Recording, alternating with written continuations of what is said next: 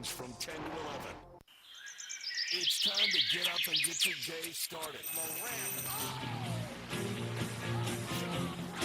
Sports 56 mornings with Greg Gaston and Eli Savoy on Sports 56 and 98.5 FM. Now, here are your hosts, Greg and Eli. Good morning, everyone. Welcome in to Sports 56 Mornings, the Tuesday, February 25th, 2025 edition. Greg Gaston, Eli Savoy, and Elijah Seegers with you from the Family Leisure Studios. Family Leisure. It's where family and fun come together. The preseason pool patio sale going on right now at 2120 Whitten Road, just north of I-40, and it's going to start to feel a lot more like spring. Today, the temperature expected to hit 71 degrees. Currently, it's 43. Plenty of sunshine today. As I mentioned, 71 is the projected high. And then overnight, Tuesday night into Wednesday, 46 for your low. Your Wednesday, even warmer, 74 degrees, the projected high for tomorrow. So I'm not going to tell you, I'm not going to promise you that spring is now here and we're not going to get any more cold days because you know the weather in Memphis. You never know what's going to happen. So right now, I'm just looking at the forecast, and it looks darn good. Coming up on the program today, Connor O'Gara will join us at 7:25. We'll get his thoughts, all the conversations that took place here recently between the SEC and the Big Ten, and what's going to happen with the future of college football, not only with the new deal in 2026 and beyond, but changes for the 2025 postseason. We'll talk to him about all things college football. At 9:05, our buddy Steve Sands from the Golf Channel on NBC as the tour is heating up, but also the conversation between officials with LIV and officials with the PGA Tour. Are we finally going to have a breakthrough, and will we have a future together with those two entities, and, of course, the DP Tour as well? We will find out a little bit more from a man who is kind of inside the ropes, if you will, Steve Sands at 9:05. Plenty of college basketball to get into. NBA galore. The Grizzlies back in action tonight. Their first home game since the All-Star break as they'll take on the Phoenix Suns. We had some amazing individual performances last night in the association that we will discuss on the program. As I mentioned, college basketball talk. The polls came out yesterday. Memphis moves up. We will discuss that as the Tigers get set to take on Rice tomorrow. There was a firing in college basketball from a power conference school. Also, the Combine, which will start on Thursday.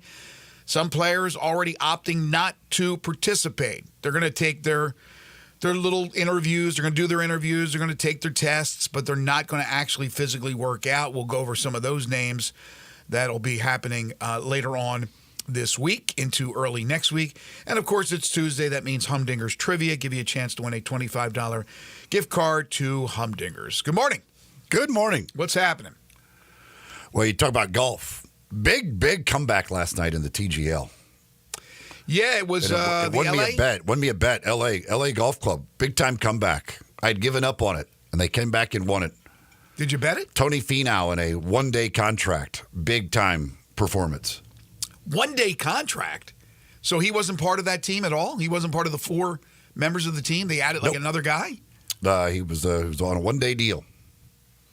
And he came through? Came through. Huge 4-iron from, remember how far it was. But, when they had thrown the hammer, they had to have it. He makes birdie. Actually, it might have been eagle. I think it was eagle. And won the hole. Gave them a chance. They got it into overtime, and they won it there. Well, I saw a little bit of the highlights, and I saw that Serena Williams, who is, I guess, the part owner of the LA team, started dancing in the seats. She was ecstatic. I know she's your girl. And so, yeah, I didn't watch it all live, but I saw some of the highlights. And wasn't there another match as well? There was another match, yes. Boston, did they play? They did. They lost again. So who did they lose to? They lost to Atlanta. Does Atlanta get in? Atlanta has not clinched the playoff yet. They need, I can't remember, they need... No, they did. They did get in. They did. Take that back. They did because they. I was thinking they were the one that needed a result tonight, but they do not. L.A. and Atlanta have both clinched now. How many teams get in to the playoffs? 4. And there's how many teams total in the league? 6? 6. The funny thing is, there's a really good chance that Tiger and Rory's teams are going to be the two that miss. The two that created the league. And Tiger's team plays tonight, although he will not play. Interesting. So a one-day contract signed by Tony Finau, and he comes through big time. All right, so we got a lot of basketball to talk about. I want to start in the NBA. Grizzlies tonight against the Suns. Suns at 27-30. The Grizzlies at 37-20. The Grizzlies winning only 1 of 3 on their recent Eastern road swing. And when you take a look at the Western Conference standings after Denver's win last night, they pull ahead of the Grizzlies by a half game into second place. The Suns right now are 2 games out of the play-in. 25 games to go. Certainly have a lot of talent on that team. They're just not playing well together. I don't know what their mental makeup is, how much they really are into this to make a run, to get into the play-in and then hopefully get into the playoffs, or are they just going to go through the motions? But either way, the Grizzlies are getting ready to play a bunch of home games. And I know Friday the Knicks come in, and that will be a challenge. They need to win tonight. This is a team they should beat, especially at home. Yeah, I mean, Phoenix is bad. They've lost 8 of their last 10. They are not playing defense at all. They are one of the worst defensive teams in the league. They have been giving up basically in this stretch of 10 games. They've, I think 117 is the fewest points they've allowed in a game. But most have gone over 120. They just gave up 127 to a bad Raptors team. They are not defending at all. They're not winning at all. This is a team that absolutely coming into your building right now, you should beat them. They can score, but they can't stop anybody. A homecoming of sorts as Tyus Jones and Grayson Allen return to the friendly confines. I'm sure they'll have the video montage for both those guys. I'm kidding. They will be here. They'll be here. That's all we can say. I'm great for them. They will still be with Phoenix. Tyus will get a pretty decent round of applause, and it will be a smattering of claps for Grayson Allen. That's my prediction tonight. Well, I mean, Grayson's been here many times since he's been gone. No, I'm just saying. I don't know how many Tyus? I'm just Tyus has been saying. here. Yeah, but I'm just saying in a normal reception of former players, Tyus will get a little bit more than Grayson Allen. Not that there was a dislike necessarily for Grayson Allen here, but Tyus was pretty beloved. He was pretty beloved. This isn't Mike Conley returning, but anytime you get the former Grizzlies back, Memphis Grizzlies fans are pretty appreciative no matter what, unless you left and it was not good and you said something derogatory, which wasn't the case, certainly with these guys. But last night was a fun night in the NBA. For the second night in a row, the Timberwolves and the Thunder played a great game. The Timberwolves right now are in the play-in and not far behind getting into the playoffs. In fact, they're just 2 percentage points behind the Clippers for 6th. I would love to see the Timberwolves and the Thunder in a playoff series. I don't know what it is, but 2 games, the last 2 nights have been absolutely electric. Last night, if you stayed up to watch it, folks, you saw Anthony Edwards play some amazing defense. That's right, defense on Shai Gilgeous-Alexander with a block late in that game, or in overtime, and the Timberwolves won over the Thunder 131-128. That block pretty much sealed the deal, even though there was still time on the clock. And just individual performances that stood out, like Naz Reid, who's been so good for Minnesota. Double-double, 22 and 11. Anthony Edwards not scoring as many points as usual, 17 points, but had 13 rebounds, 8 assists. You had Jaden McDaniels go for 27. Off the bench, you had a bunch of scorers. Alexander Walker at 21, Shannon Jr. at 17, Dillingham at 12. And then you look at Oklahoma City, you got 27 from Jalen Williams, Jalen. Shai Gilgeous-Alexander had 39 to go with 10 rebounds and 8 assists, but had that shot blocked. 19 off the bench for Aaron Wiggins.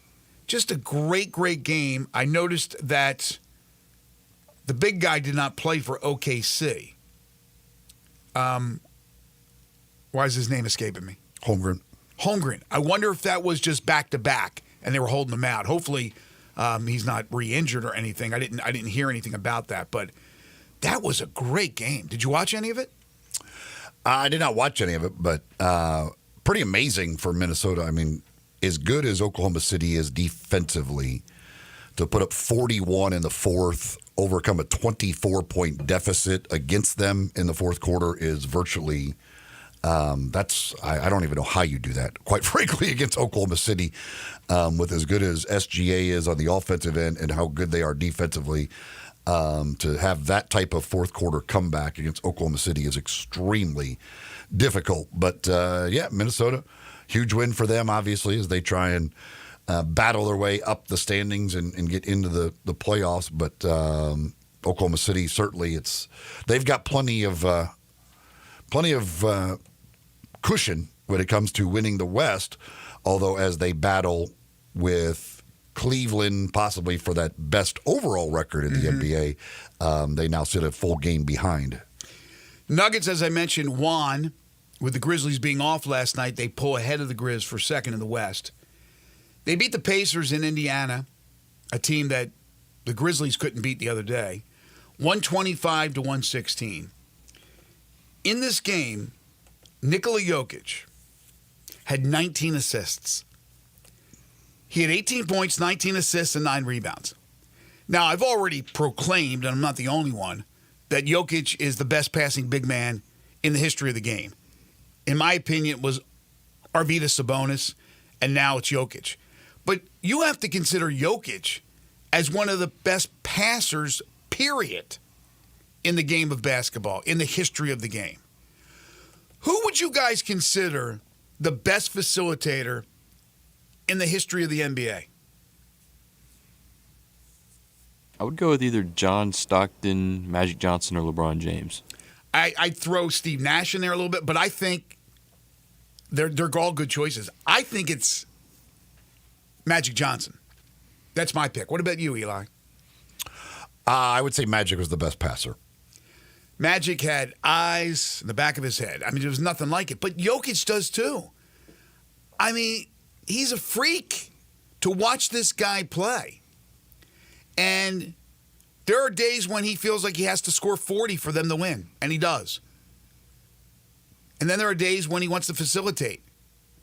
19 assists. Boy, Denver, if they had one more piece, I would really seriously look at them as a team to knock off Oklahoma City. Is it still possible? Yes. I'm not saying it's not. But not as deep as they were when they won the title. But still, when you have Jokic, you have a chance.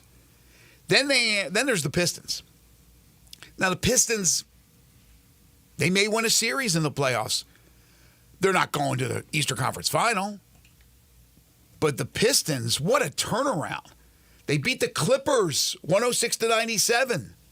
So the Clippers have lost a few times now. I still think the Clippers are a tough out for the Grizzlies because of the matchup. But the Clippers, who are a physical team, playing a physical team in Detroit, when you throw in a guy like the former Memphis Tiger, Jalen Duren, who has been on some sort of roll. Duren had 19 rebounds and another double-double. 19 rebounds. Jalen Duren is a force on the boards. He's not the tallest guy in the world. There's guys that are bigger than him. He's just stronger. He is chiseled. He's an Adonis, to be honest with you. And the Pistons have rattled off 7 straight wins. Yeah, they are. It's quite a story. I mean, they won 31 games combined the last two seasons. That was their 32nd win this year. JB Bickerstaff just wins. Continues to win. He goes somewhere. Wins and gets fired. And wins, and then they decide that he's not the guy for them. But, Cade Cunningham obviously has emerged as the player that everybody expected him to be. Mm-hmm. Just been absolutely fantastic. Obviously got a lot of good young pieces on that team, including Jalen Duren, and they continue to play extremely well. This game I would not normally bring up, except for one fact about this game. The Wizards beat the Nets 107-99, and that fact is Marcus Smart, playing for the Wizards, coming off the bench, 22 minutes, hit 4 of 6 from the field for 10 points, a couple of assists, a rebound, a steal, playing great defense, everything that you had hoped he would be for the Memphis Grizzlies. And unfortunately, injuries kept that from happening, prevented that from happening. And here he is playing for the Washington Wizards. So good luck to Marcus Smart. Didn't work out in Memphis. I understand what Zach Kleiman was doing, but good to see him actually playing a basketball game. The Bulls beat the 76ers 142-110. Yes, wave the white flag. It's over for Philadelphia. It has been for a while. Joel Embiid got imaging done on his knee. The Sixers are mulling options. Look, get the information from the doc. If he has to have surgery, which he probably does, get it now. Don't wait. So they're looking at these options right now, but Philadelphia is toast. And that's pretty much it. The Kings won over the Hornets 130-88. The Kings with Zach LaVine playing pretty good. Again, it's a real congested middle of the pack in the Western Conference, battling for either a playoff spot or to stay in the play-in, with Sacramento right now clinging to that 2-game lead over Phoenix for that final spot in the play-in. I also saw a stat earlier about the Golden State Warriors. You heard the comment made by Draymond Green, right? That he expects them to win it? I'm sure he does. They are 5-1 since they acquired Jimmy Butler. And Miami is 1-4. And I'm going to go on a limb and say the Warriors will win tonight. Who are they playing tonight? They play the Hornets, who've lost their last two by a combined 95 now. Yes. I think the Hornets maybe the tanking might be on with Charlotte. They've scored exactly 88 points in each of their last two games. The tanking hasn't been as bad as I thought it would be, but now we are getting to that point where teams might be really turning it on, and it looks like the Hornets may be the first to do so. They are in full tank mode, possibly. So I was talking about the Minnesota-Oklahoma City game. Again, 2 nights in a row they played, 2 epic games. Minnesota came back from 24 down in the fourth quarter to win that game eventually in overtime. Entering Monday, NBA teams had lost 1,552 straight games when trailing by 24 or more points in the fourth quarter. 1,552, the streak is over after Minnesota's come from behind victory. And again, to do that against that Oklahoma City team, putting up 41 in the fourth quarter against Oklahoma City's defense is just absolutely incredible. It really is. All right, we'll take a timeout. When we come back, Connor O'Gara, we're talking college football. And then later on in the show, we'll dive into college basketball. The Tigers moving up in the polls for what that's worth as they get set to take on Rice. Got some big games in college basketball tonight. Had a few yesterday that involved top 25 teams. I want to tell you folks about All-Star Chevrolet in Olive Branch, the new Silverado deal of the year, maybe the decade, is at All-Star Chevrolet in Olive Branch, where all the Silverados are. You can get financing down to 2.9, plus make no payments for 90 days on a brand spanking new Silverado. And you can finance your new Blazer if you want to go in that direction at 1.9 and no payments for 90 days as well. It's still Love Month, so come get a new Silverado or Blazer. You'll love no payments till May, and that's because your good credit deserves it. Now, if you work in law enforcement, first responder, you're a healthcare worker, military, teacher, recent graduate, you get an extra $500 bonus. Oh, no, don't go up there. If you're looking for a certified Silverado, Tahoe, or Suburban, they're all at All-Star Chevrolet in Olive Branch, as are all the pre-owns. Everything from the Fords to the Hondas to the Hyundais. Dozens of Silverados as well. If you have any vehicle you want to sell, bring it to All-Star Chevrolet in Olive Branch and get the most money for it. You can go online to find out more about these vehicles, see what they have to offer online at allstarautogroup.com. So together, let's drive to All-Star Chevrolet, that's in Olive Branch, Mississippi. You're tuned in to Sports 56 Mornings with Greg and Eli on Real Sports Talk, Sports 56, 98.5 FM. We are Real Sports Talk. Sports 56 WHBQ. Available on your radio dial at 560 AM and 98.5 FM, as well as around the world online at sports56whbq.com. Take us with you everywhere by downloading the Sports 56 app. And at home, just say, Alexa, play Sports 56. Sports 56.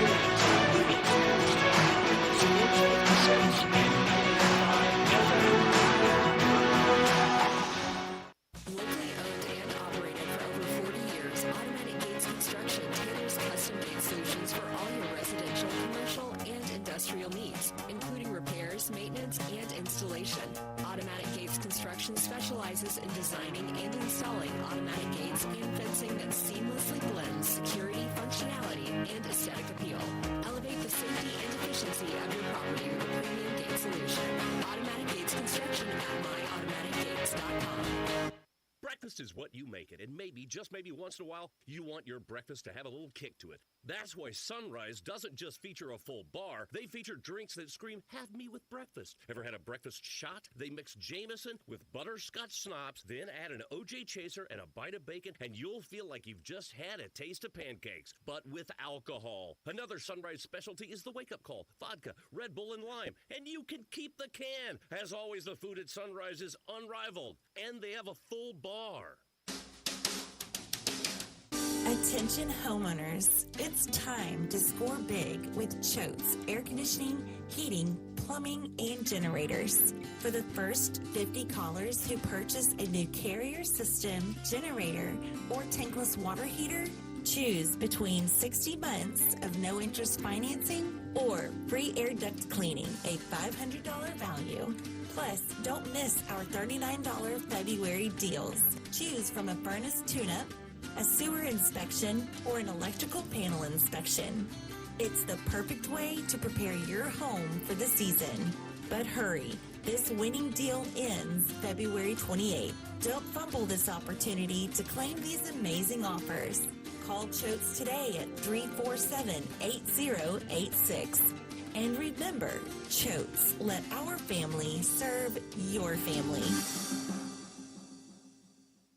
Hey, Marty, that makes something always happening over here in Constant Volkswagen Germantown. So what's happening right now?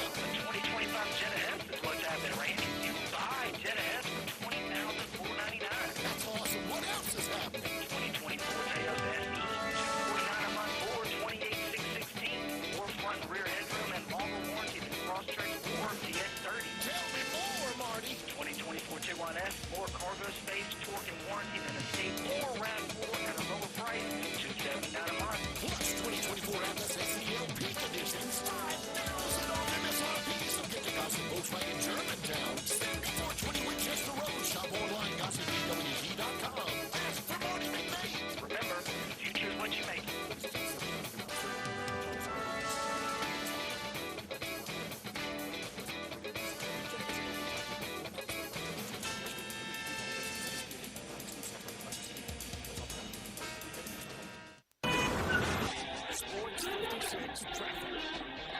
Good morning. There's been a couple of accidents already out here as it continues to build, coming in from Collierville on 385 Bill Morris Parkway, headed towards 240. Still quiet right now in the Midtown area. We expect that to get a little bit busier probably in the next 20, 30 minutes on 240 north up by Lamar. Weimer's Jewelry, conveniently located 7525 Highway 64, is your full-service, family-owned jewelry store right here in Memphis. I'm Commander Chuck, your on-time traffic.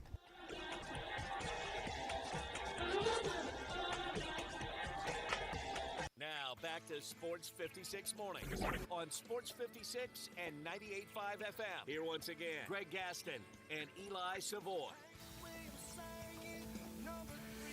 There's a lot more questions than there are answers right now for the future of college football. A lot of conversations have taken place, but nothing definitive for the most part. But it's always fun to kind of throw things around and see what sticks, and we love doing that every other week with our good friend Connor O'Gara.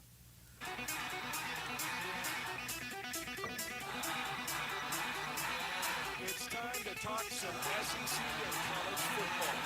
Joining Greg and Eli is Connor O'Gara from SaturdayDownSouth.com and SaturdayTradition.com.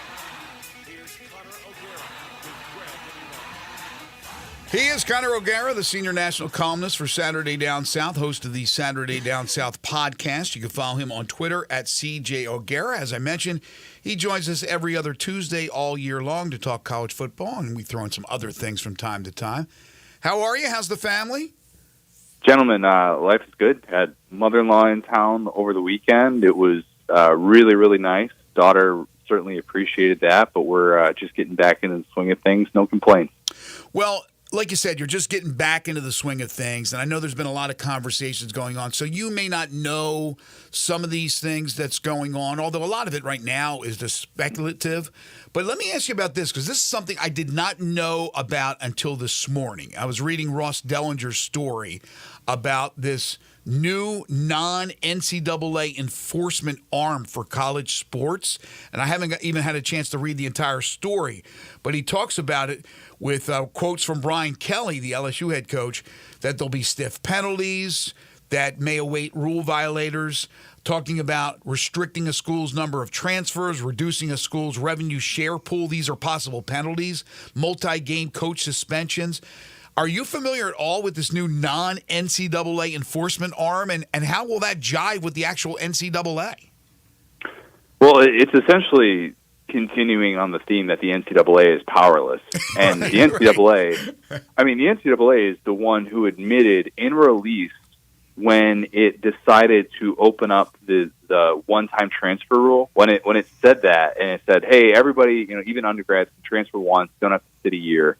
They admitted in the release they couldn't keep up with all the waiver requests, and they did not anticipate the amount of waiver requests that would come in. The NCAA told us 4 years ago it was too overwhelmed for modern college football.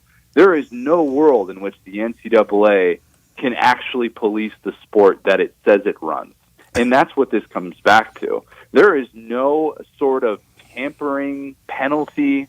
There is no sort of guardrails that protect against any sort of enforcement now, because the NCAA just get taken to court. It'll lose to schools like Tennessee, and we'll be back to square one saying, all right, well, then what's the point of the NCAA when it doesn't even control the college football postseason either? So, yeah, this is going to happen. It's just figuring out what it looks like, what's actually enforceable, what aligns with any sort of future player union that's going to come about during the revenue sharing era.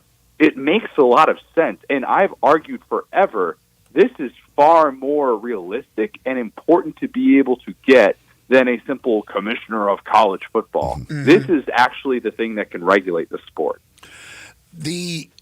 We've had the meetings here recently with the SEC and the Big Ten. When do you think we hear what their, plan is for the next few years of the playoff?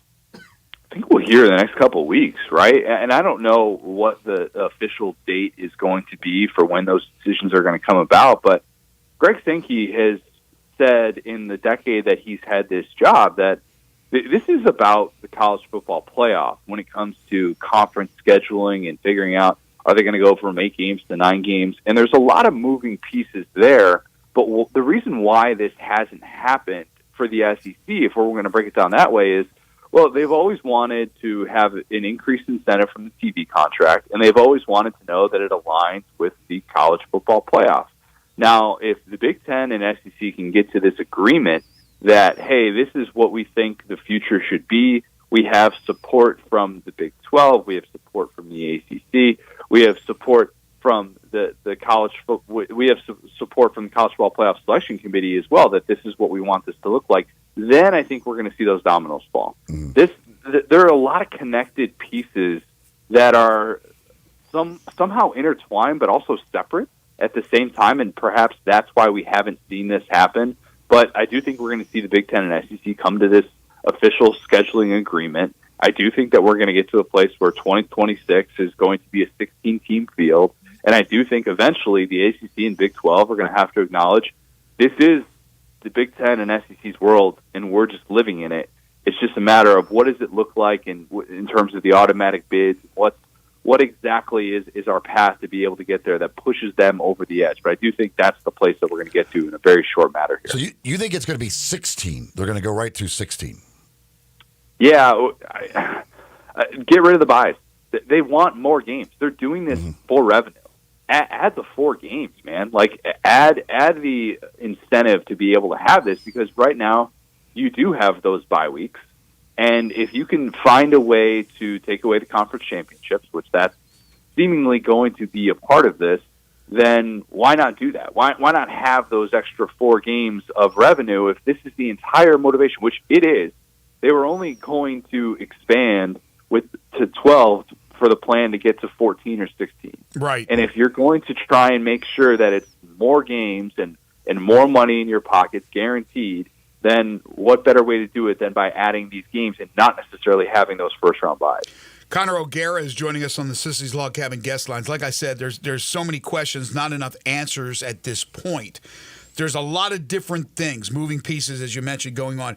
Let me just piggyback off what you said about the SEC, Big Ten, and possibly a scheduling arrangement going to 9 games in the conference.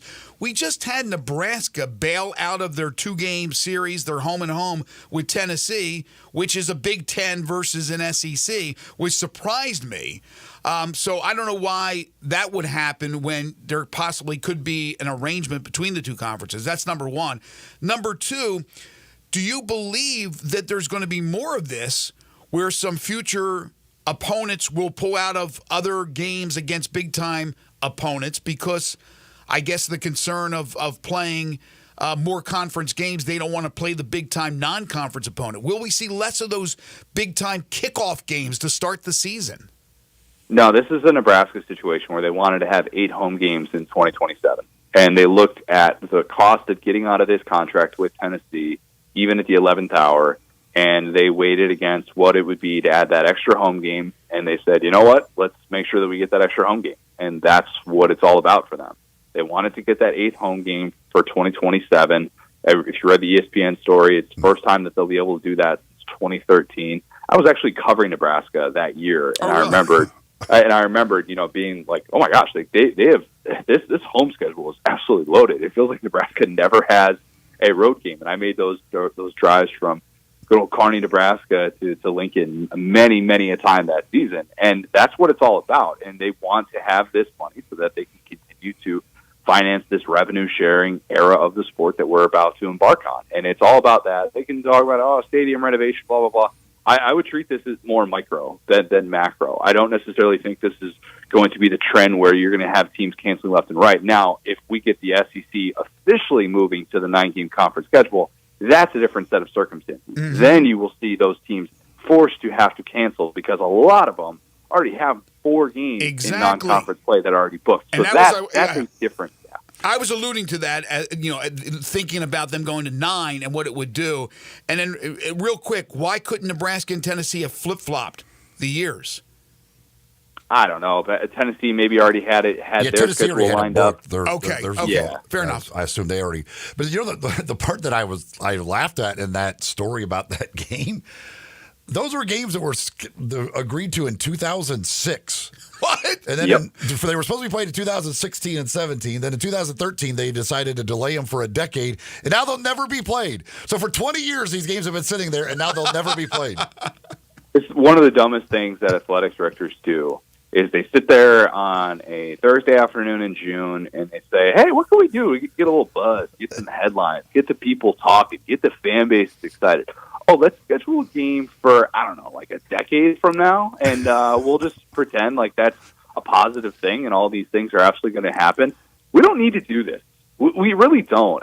The COVID season kind of taught us that we don't need to be scheduling these things that far in advance. Exactly. The problem is that when one team does, then oh my gosh, our schedule is we're gonna have an open date, and then there are actually teams. And if you guys really want a fun deep dive, go back and look at why UMass played Mizzou last year and why Mizzou traveled up to UMass. If you really want to go for the leverage play and why these schools say, oh, your schedule is going to fill up, you don't want to pay for this home and home or this 2-for-1. Here's what you need to do. And now Group of 5 schools have gotten smart enough to realize how urgent and how almost desperate power conference schools are to fill up those non-conference schedules. It's absurd that we do it, and it's one of those things that any other sport could look at and go, well, that just doesn't make a whole lot of sense, and yet it continues to be done. Exactly. I haven't. I was going to look because I was thinking when I saw that those for Nebraska and Tennessee, 2006, those games were scheduled. How many head coaches have cycled through those two programs since those games were scheduled? I mean, it's Philip Fulmer. Yeah, we're talking. Oh, that was the Callahan era for Nebraska. Yeah, they both have gone through a lot. Hell, ADs, coaches, the whole works have been changed many times. Hey, it wasn't a since ton those of games were scheduled. It wasn't a ton of years removed from Peyton Manning being the quarterback for Tennessee. That's how long I ago mean, it was. Goodness gracious. 16 years. Or 2006. That's what we're talking about. I was 16 years old. I was 16 years old when that was originally scheduled. And then it was, 2016 it was supposed to happen? And then 2013 is when they'd agreed to delay them by a decade. So, you know what? They should have actually not canceled it this time. They should have just kicked the can. Just kick the can into the 2030s. Yeah, we'll do it. Hey, let's try. Let's shoot for 2036 and 37. See what happens then. Who knows? We'll figure it out. The good thing for Nebraska, though, because it was such an old contract, it cost them $500,000 a game to get out of it. There was nothing. It was like, okay, $1 million? Drop in the bucket. We'll give you that. You've written a few things here recently that I wanted to ask you about. One of the ones you wrote here recently was talking about the coaches, the next coaches to win their first national championship. And you had your top 5. One name that I noticed you did not have is James Franklin, who got obviously pretty close this year. 4-20 against AP top 10 teams. That's just at Penn State, by the way. Why would I have a belief that James Franklin's about to win a national title when he gets on that stage and ultimately he doesn't have the pieces to be able to get it done? This past year, it was set up perfectly. You've got your quarterback who's playing extremely well going into the postseason. You have maybe the number 1 overall pick on defense with Abdul Carter. Tom Allen, who was one of the best assistant hires we've had in the 2020s decade. And you had a 1-2 punch at running back to make you think, all right, this team is legit. And in a favorable side of the bracket wherein you didn't have to get through that Georgia, you didn't have to get through Ohio State. They couldn't play for a national championship. And why couldn't they? Well, because James Franklin's teams always have a hole on that roster. And for whatever reason, the hole this year was wide receiver. And if you go back to what they were looking at in the spring, they had Keandre Lambert-Smith in the spring. Then Keandre Lambert-Smith is like, you know what? I'm going to find another place to play. Ends up being an all-SEC receiver at Auburn this past year, nearly has 1,000 yards. There is always a deficiency with James Franklin teams. And sometimes the deficiency is just James Franklin late game situations. He's just going to find a way to be able to have those 1 or 2 situations, not giving the ball to Tyler Warren when they're on the goal line against Ohio State. Like, even though you have an offensive coordinator, you got to step in as a head coach and say, we got to get the ball to our best player. Mm-hmm. There are so many moments that just make me think James Franklin is never going to get over the hump. He's a really solid coach. Is he one of the 5 or 10 best coaches in this sport? He is not. Is he one of those guys that I anticipate will ever get it done? No, I don't. I will not hold my breath and die on the thought of James Franklin winning a national title. One of the names you do have on there, which I think and some people might be a little surprised just because the way year 1 went, is Kalen DeBoer. Kalen DeBoer is someone that has had big-time success against AP top 25 teams. This is someone who has gotten on that stage, and go ask Dan Lanning what it's like to run into Kalen DeBoer in a big-time matchup. It's not particularly fun. Now, the floor at Alabama this past year was the lowest it's been since 2007, and there are a lot of Alabama fans going, well, why are we certain that he's ever going to be the guy? Well, because in a very limited sample size at two different schools that he's run, he's shown that he can beat that elite competition. You might not be 12-0 getting into the SEC championship or the college football playoff with Kalen DeBoer as your head coach, but what you will definitely be is a guy, is a team that has a leader that is capable of stepping up in those big-time moments. And I think so far he has given you reason to believe that he's going to keep recruiting at an exceptionally high level. He's been able to do that so far. And now with his offensive coordinator, Ryan Grubb, on board, I think it changes what Alabama's capable of. So I understand how bad year one was. I mean, go ask Kirby Smart what year one was like for him back in the day, losing to Vandy. So I won't judge year one coaches in the same way many like to, but I'm still of the belief that it's national championship or bust for his time at Alabama, and I would tend to still say yes, that I do think eventually he will get one. Connor O'Gara joining us from Saturday Down South. Okay, so the House settlement is going to go through if it's, well, they have a hearing, I think, on April 7th, and that's the last approval they'll need to begin the revenue sharing concept on July 1st. But in the meantime, we have all these lawsuits going on. I don't know what the hell's going on right now. Is it going to happen? Are we going to start the revenue sharing world of collegiate sports on July 1st? I think so. It's just, what does it look like? How much are those former athletes being compensated? How are schools generating, where's the revenue coming from this and that and the other? And who is basically setting this in motion within each athletic department? I think that's going to be the biggest thing to watch out for. And, what does it look like, too, with the union from the player side? And what are they able to kind of guarantee and lock into place moving forward? Because I think whether they admit it publicly or not, coaches want structure from that standpoint, too. And they want to have a more regulated system. And this is the best way to be able to get it. It was always going to come down to this. It always made more sense that eventually when athletes reached the NIL era, this money wasn't going to come out of private equity. It wasn't going to come out of, this is going to come out of local boosters who are willing to pay this money. It only happened because the TV contracts became insane. And why wouldn't that money come out of the TV contracts and have these student athletes get a kickback from it? It just made the most sense all along. And so I do think that we're going to get to that place. I think we'll get to that place with the House settlement when that news comes out in April. And I think we'll have that new era of college football starting in July for the latter half of the 2020s. By the way, I got another question about one of the other. I was going back. I just kind of thought of this. If you're doing that list of coaches winning their kind of the best chance to win their first championship, how far down would you have to go on that list to get to a couple of coaches who people around here would be interested in?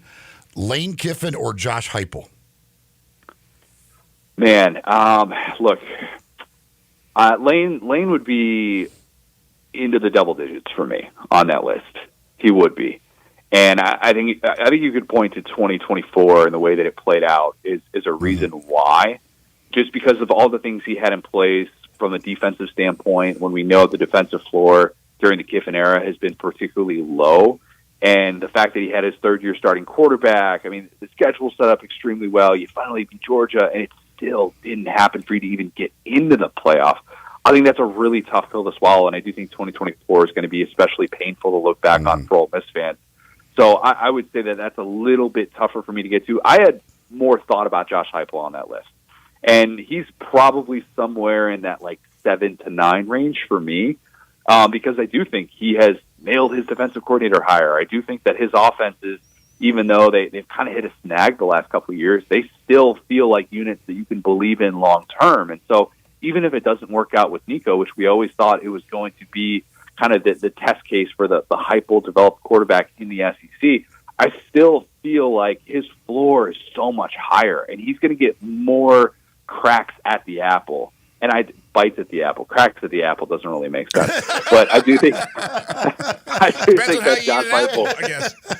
yeah, I'm not cracking an apple. I don't know about you guys, but I do think that Heupel has at least shown us, hey, he can win these big time games. The fact that he's got multiple wins against Alabama is really important if you're the coach at Tennessee.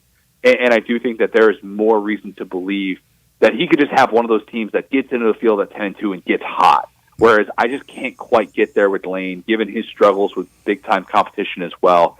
So I think Heupel's got a better chance of doing that than Lane. Yeah, I'm certainly agree. This last year seemed like it was the year for Ole Miss and to not even get into the playoff. Another one you have, and this ties to Ole Miss here, you have your preseason Heisman bets that, as you say, are worth your time. Looking at some of the long shot guys for Heisman, which would be interesting bets. And one of the guys you list is Austin Simmons, the new quarterback at Ole Miss.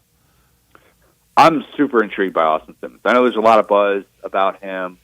I tweeted out at the end of, I think it was in the middle of that Georgia game, wherein he really saved the day and had the biggest drive of Ole Miss this season for an injured Jackson Dart after Georgia looked like it was just off to the races. Mm-hmm. I tweet, there are so many similarities between he and Tua, and it's kind of crazy. You know, both recruited by Lane Kiffin. They're both lefties. They physically look alike if you just saw their faces as well. And I get it that Austin is 6'4". He's built differently than Tua is, who's much shorter, but I still think that there is going to be just an aura about him in this offense. And I go back to the fact that not just did this guy reclassify from 2025 to 2023, which was an absurd headline and thing to process for a two-sport athlete, not just the fact that he's gone all in with football, but how about the fact that he beat out Walker Howard for that backup job at the start of the year, where even some Ole Miss beat reporters are like, wow, that's surprising. That was a coveted LSU transfer. And we saw why in that Georgia game, and it's a very limited sample size. But I just trust the fact that a guy with multiple years in that system who has really quickly risen up the ranks within that quarterback room, I think that he's just got a lot working in his favor. The supporting cast is going to be a little bit more TBD than we've come to expect at Ole Miss. But I do think that he is a guy that's so unbelievably intriguing. He could put up some monster numbers this year. So when we get you back here in a couple of weeks, we'll talk about the possible tweaks to the playoff in 2025 that we may see that is being discussed, and maybe we'll have more on what's going to happen for the future starting in 2026. There's always something going on, never a dull moment, and Connor O'Gara has you covered at Saturday Down South. He's the senior national columnist. Check out his podcast as well. He's the host of the Saturday Down South podcast. Follow him on Twitter at CJ O'Gara. You can hear him every other Tuesday with us right here on Sports 56 Mornings. Thank you, Connor. Gentlemen, appreciate it. Take care. Folks, take your basketball skills to the next level at Shoot 360 Memphis. It's a revolutionary basketball training facility that combines cutting-edge technology with gamification and provides instant objective feedback with hands-on, one-on-one expert coaching. You've never seen anything like it. If you haven't been over there and you're a fan of basketball, what are you waiting for? They have 2 locations in Cordova and in Collierville. You can become a member on a monthly basis. Just go online to Shoot 360 Memphis, or as I always recommend, give them a call, set up a tour, tell them you're going to come by, and check out the facilities and see how it operates, see how it works. Talk to some of the coaches there, and then sign up for a month. If you don't like it, no harm, no foul. But I'm guaranteeing you, if you're a basketball player, you're going to fall in love with it. You're going to want to sign up for more months, maybe even for a year. But they give you that option with that month-to-month sign-up capability. It is fantastic. The coaches are out of this world. They know what they're doing. And the technology is second to none. Plus, you get that instant feedback. It's Shoot 360 Memphis, where you can become a better all-around basketball player, but specifically a better shooter. Right? A better shooter of the basketball. The phone number to call in Cordova is 901-779-3176. In Collierville, 901-316-5500. Or just stop by any of those 2 locations. Tell them you heard it here on Sports 56 Mornings. It's Shoot 360 Memphis. The future of basketball training is here at Shoot 360 Memphis.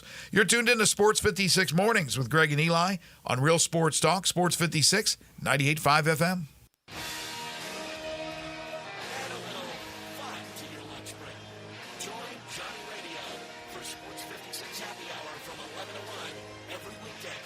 Sports 56 and 98.5 FM. 1948 in the alley, the Rendezvous. I'm with John Burgess. John, what's going on in the Rendezvous? Well, there's some things about the Rendezvous I'm going to talk about. For example, we make it really easy to park. We have valet parking right at Monroe Street in our alley. We also want to make it easy for people to get to doors. You can now park in our alley right at our front door and put your flashers on. People also forget that we take reservations for 6 or more. And we have a wonderful party room upstairs that can accommodate people for rehearsal dinners, birthday parties, reunions, graduations. Our rooms seat between 25 and 275 people. And everything at the Rendezvous can be packed to go. But we also do catering. See our menu online, and we can even deliver for groups of 15 or more. So if you have any questions, always feel free to call us at the Rendezvous because we answer our phone ourselves. You'll never hear, please listen carefully for our menu has changed. Press 1 for reservations, press 2 for hours, press 3 for catering, or if you know your party's 9-digit extension number and the first 3 letters of the mother's maiden name, dial it back. Come see us at the Rendezvous. Since 1948, the Rendezvous. I'm Gary York. I'm the service director of Lexus in Memphis. Our service department wants to be more than just a place where you get your oil changed. We do glass repair, windshield replacement, recalibration of your camera and sonar systems, even wheel repair, tire replacement, all the things you would expect from a luxury automotive dealer. Please check out our website. You can schedule your appointment, check out our specials, hours of operation, or if you'd like to do it in person, please reach out to one of our associates at 901-271-5199. Drivers who switch and save with Progressive could save hundreds.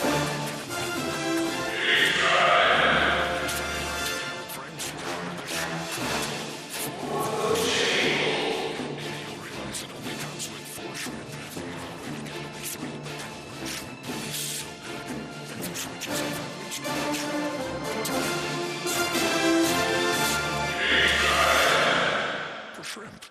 Progressive Casualty Insurance Company and affiliates not available in all states. Potential savings will vary. Tito's handmade vodka is America's favorite vodka for a reason. From the first legal distillery in Texas, Tito's is 6 times distilled till it's just right and naturally gluten-free, making it a high-quality spirit that mixes with just about everything. From the smoothest martinis to the best Bloody Marys, beyond the bottle, Tito's has gained a reputation for giving back, teaming up with nonprofits around the world to serve its community and do good for dogs. Make your next cocktail with Tito's and learn more at Tito'sVodka.com. 40% alcohol by volume, mainly 80 proof, crafted to be savored responsibly. Now back to Sports 56 Mornings on Sports 56 and 98.5 FM. Here once again, Greg Gaston and Eli Savoy. You're talking earlier about the facilitators, passers in NBA history. Raider Corey brings up Jason Kidd. Yeah. I don't think, and I'm guilty of this too. I don't think Jason Kidd gets the appreciation he deserves for the player he was. Mm-hmm. Like, he was awesome. Awesome player. I mean, just his numbers are like insane stuff. And like he was, constantly, top 10 MVP candidate. Like, I don't appreciate nearly how good Jason Kidd was in the NBA. He was a great player at Cal, correct? Mm-hmm. And I don't think, I'm guessing he was an All-American, it wasn't ballyhooed. He didn't get all that pub of some of these players did coming out of college. But yeah, I don't know if he's underappreciated, but he's just not talked about as much. And certainly he's a great candidate. I mean, I'm sticking with Magic Johnson for his size to be able to do what he did as a facilitator. But Jason Kidd's way up there. Yeah, no question about that. But that's an interesting question because how do you compare a center, quite frankly, to guards? We're used to guards as facilitators, the guys who handle the ball for the most part. But Jokic handles the ball all the time for Denver. And he's an incredible passer. And I don't know if he always gets his just rewards for being that great a passer. There's no question. I think right now, as we watch basketball in this day and age, we're experiencing the greatest shooter of all time in Steph Curry, arguably the greatest player of all time. I still think it's MJ, but I'm old school. But certainly there's the argument for LeBron James. And the greatest passing big man of all time. But where do you put Jokic with guards when it comes to facilitating? Because he's incredible. Kidd, over a 6-year stretch, was first team All-NBA 5 years and second team the other year. He was also a great defensive player. See, Nash was a great offensive player. He's a 2-time MVP. Was a scorer and a facilitator, but he didn't play the defense. Kidd played. Yeah, that's a good one. Jason Kidd's a good one. I wanted to go back to the first question I had, or the first topic we had discussed with Connor about this new enforcement arm. Again, has nothing to do with the NCAA because the NCAA just doesn't have any power, especially when it comes to college football. So Brian Kelly was interviewed for the story by Ross Dellinger. And he says in this interview to Yahoo Sports, this will be real enforcement. I think everybody is on board with it. It'll be quick. They will be swift. So I'm wondering, who are we talking about? And how have I not seen this story? The new Power Conference-led enforcement entity. Power Conference-led enforcement entity.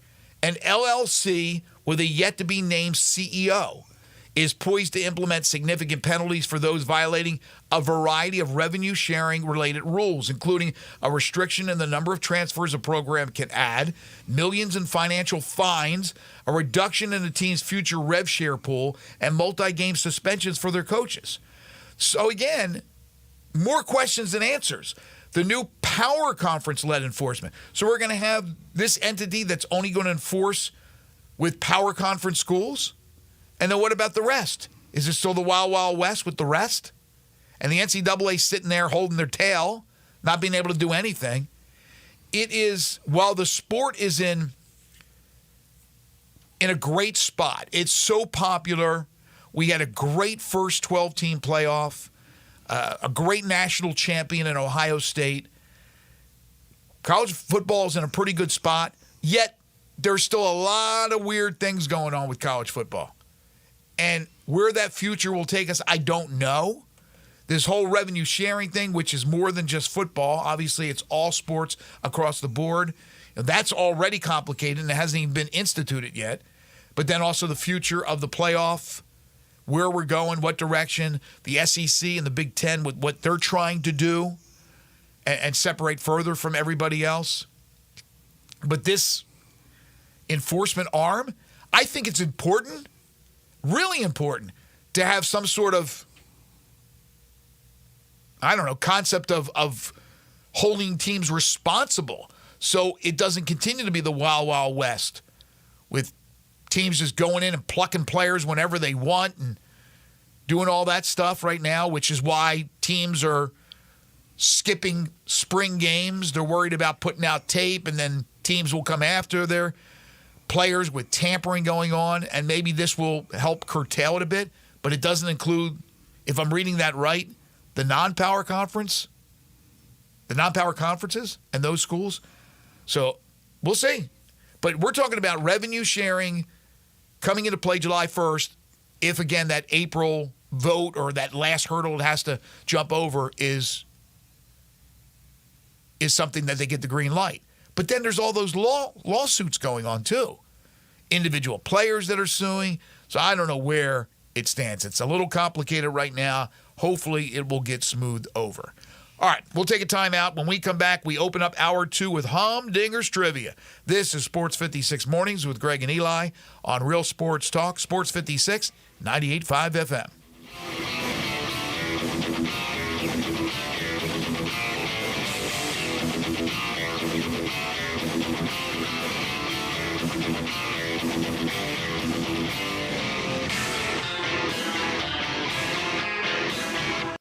Sometimes I wish I had a gun. Well, I'm armed, but before I bought one, I still went to Top Gun Academy to learn to protect myself without a gun. How is that possible? Top Gun's personal protection training. It's perfect if you want to protect yourself without firearms. I don't know. And it's perfect if you feel the need to carry a gun for self-defense, because the last thing you really want to do is shoot. That is scary. Not at Top Gun. It's very comfortable, and you learn to load, handle, and shoot a handgun safely. Protect yourself. Go to Top Gun Academy. They're at 2770 Winton Road.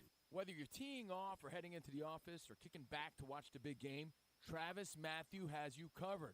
Their versatile, high-quality apparel seamlessly combines style and comfort, making you look and feel your best wherever life takes you. From performance-driven styles to everyday essentials for men and women, Travis Matthew clothing is as adaptable as it is durable, making it a perfect fit for life's many moments.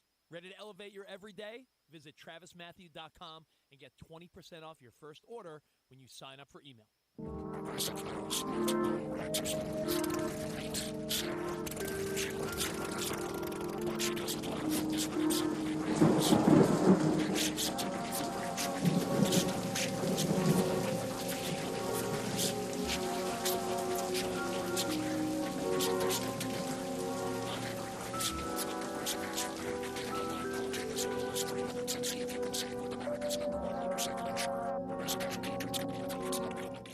It's your time to upgrade into a new ride from Gossett Volkswagen on the Pike. 2025 Jetta S, buy it now, $20,499. 2024 Taos SE, $249 a month or $28,616. More front and rear headroom and longer warranty than Crosstrek or CX-30. 2024 Tiguan S, more cargo space, torque, and warranty than Escape or RAV4. Only $279 a month. Plus all 2024 Atlas SE LP conditions, $5,000 off MSRP. So get to Gossett Volkswagen today, 1875 Covington Pike, online, GossettVWMemphis.com. And remember, no reasonable offer will be refused. Gossett's where we're charging forward and charging less every day. If you want it, we got it at Gossett Volkswagen. 7,500 miles, 3,100 down, Taos RMO 56,983, MSRP 31,939, Tiguan RM 144,331, MSRP 31,363, Jetta SMO 45,444, Atlas 3,500 bonus customer cash 1,500, includes all rebates and incentives, PF 895, excludes tax title and license. See dealer for complete details. Offer valid through end of the month with approved credit dealer stock only. This traffic brought to you by Brinson Tax Service. They protect you like family. Sports 56 traffic. Good morning. Starting to pick up even more now. Coming in from Fayette County as we check it out live on 40 westbound here at 269 Chambers Chapel, Canada Road on 40 west all the way until you get up to Sycamore View Road. 51 southbound out of Millington. Watching that increase with that volume just in the last few minutes. Weimer's Jewelry, serving the Memphis area for over 40 years. Check out their website or go by and see them and shop local at Weimer's Jewelry on Highway 64. I'm Commander Chuck. You're on time traffic. 56 WHBQ Memphis and W253DF Memphis with Brad Mooresworthy and Brian Dacus. Weekday afternoons from 3 to 6.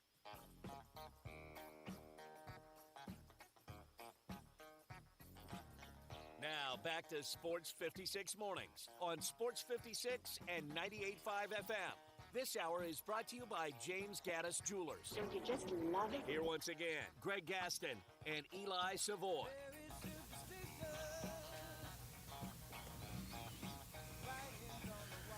Welcome back, everybody. 8:02 the time. Hour number 2 here on Sports 56 Mornings. Greg Gaston, Eli Savoy, and Elijah Seegers.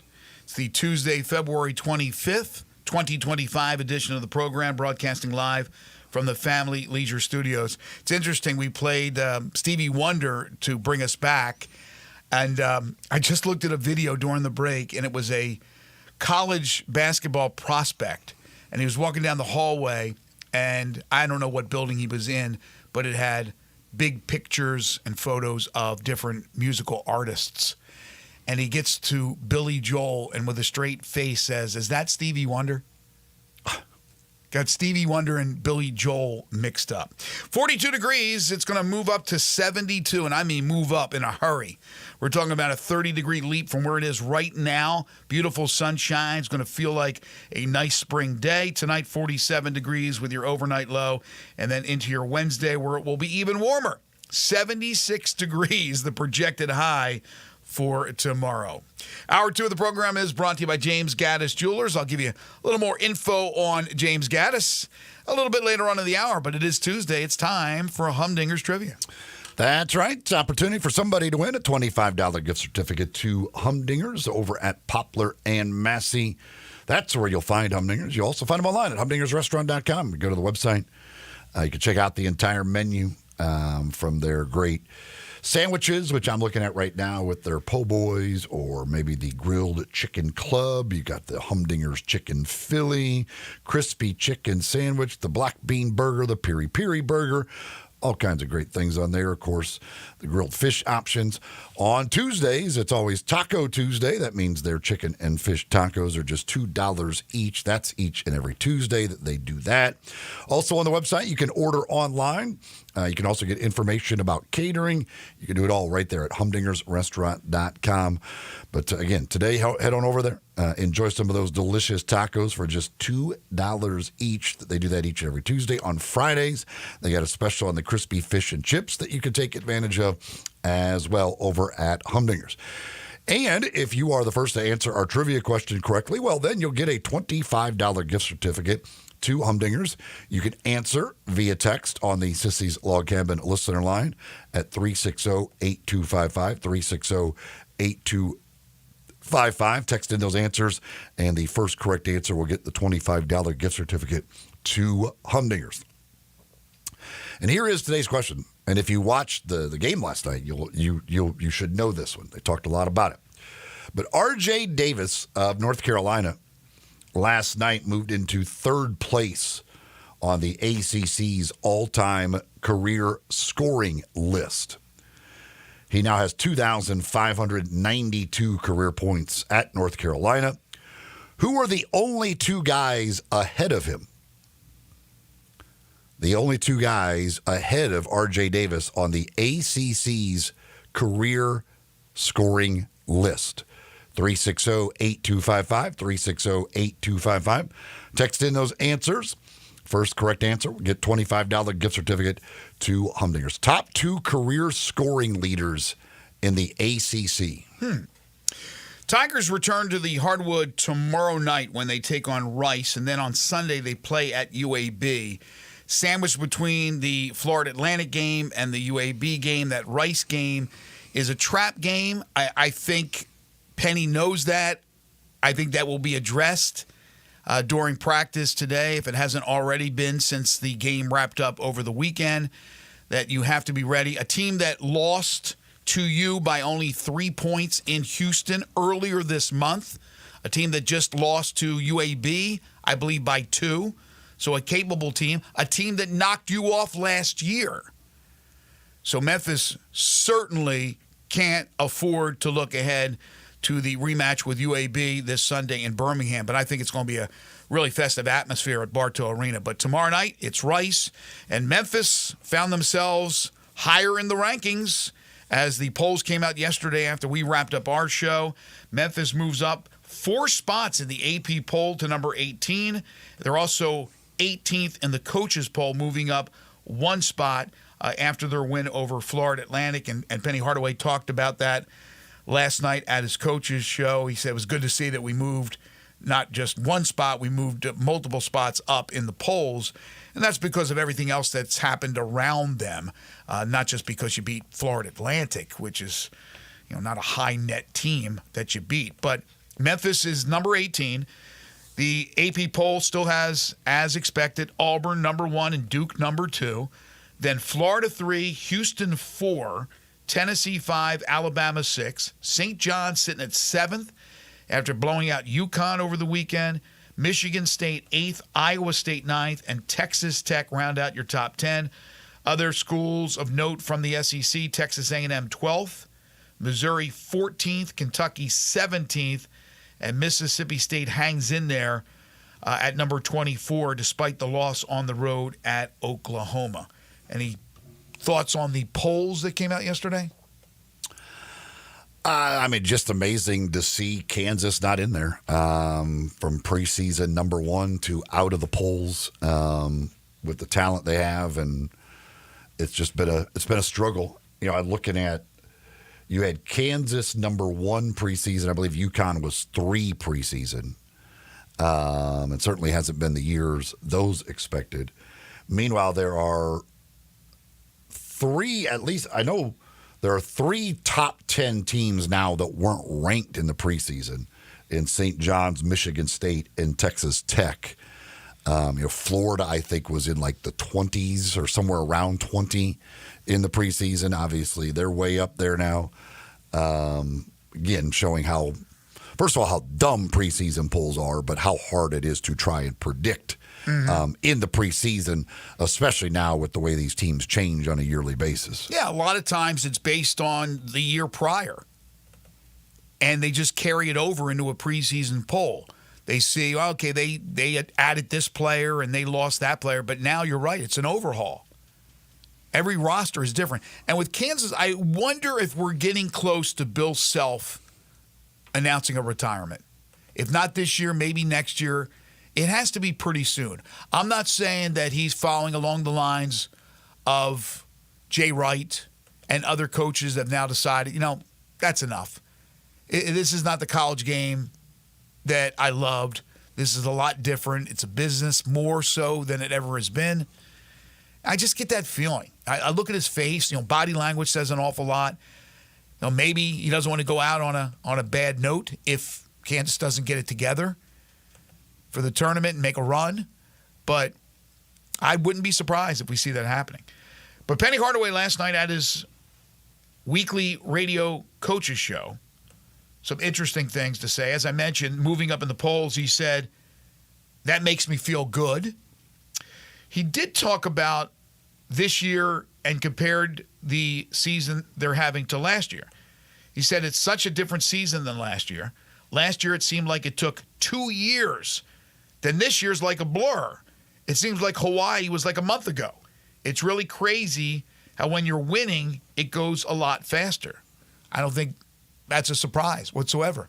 I would imagine when you have your struggles like they did once they got the conference play last year, that the days and nights were long, trying to figure out answers, trying to put out fires. Now, everything, for the most part, is smooth. So I think there is a difference. That's not just basketball. That's life. He did talk about the staffing changes he made. I don't know why that came up, but it did come up yesterday. Penny on the staffing changes he made just before the season that may have suggested dysfunction. Quote, 3 of those guys were good friends. He let go 4. 3 of those guys were good friends, guys that I've grown in the game with. It did not make me feel good to fire anybody, but at the end of the day, tough decisions had to be made. Again, I don't know why that came up last night, but it did. Penny says he doesn't get very demonstrative during games because he chooses to do that behind the scenes. When the game gets tighter, I want to get calmer. And yes, that's been his ammo pretty much his entire coaching career, although we have seen a couple of times this year him getting animated, and I like it. Also, doling out discipline. The Nicholas Jourdain example I bring up all the time, the one game where he shot the air ball at the free throw, then he shot at the free throw line, then he shot another air ball with a jump shot, and then he put his head down and stopped playing defense. Guy ran right by him, got a dunk, pulled him out of the game and didn't start him in the second half. So he's laying down some discipline. Some other things he said, and this you'll probably get some backlash. You'll get some arguments. Penny on what makes the AAC so tough. If you look at the rosters on each of these teams have high major transfers. It's not the name on the chest anymore. It's more difficult than the media gives it credit for. And that may be true to a certain extent. I do believe, I know people are tired of hearing it, but I do believe, especially this year, when you look at the conference and you look at Memphis and everybody else, that it is the Super Bowl for all these teams. Again, especially this year, that they really are gearing up to try to beat a top 25 team because they have no other opportunities in their conference. So I believe in that. But the media is not at fault here. The media can only base our perception of a conference by where they're ranked in conferences and what they have done with each individual school. And Memphis has done really, really well. And the rest of them have not. So we could say this till we're blue in the face. It won't change the judgment of some coaches, and it's understandable. Penny's not going to sit there and go, man, it's a real crap conference. But he knows, believe me, he knows that because of the struggles of all these teams, it has hurt his team. Yeah, again, I mean, we went over the whole thing yesterday with quad 4 losses. Like the results speak for themselves about the conference. You can talk about high major transfers or whatever, but luckily they've all played games and we've watched them and we've seen them and they've all lost to really bad teams. Right. Like they're just proofs in the pudding. Like it just there are results. This isn't guessing. This isn't preseason talking about how bad the conference is. This is late in the season, having plenty of results to base it on. They just haven't been good. Right. End of story.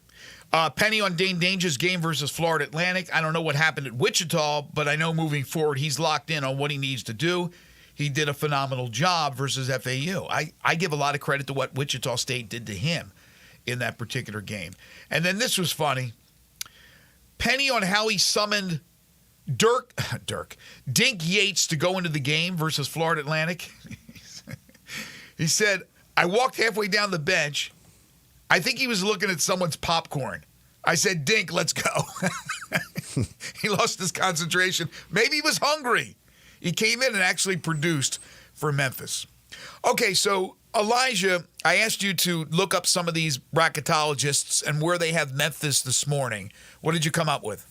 Yeah, so according to Bracket Matrix, which is it's a system that combines over 100 different reputable bracketology sources, including ESPN, CBS, Fox, and a bunch of others. There's over 100 of them? There's over 100? Apparently so. There's 105, apparently. Oh, my God. Everybody and their mother has a bracket.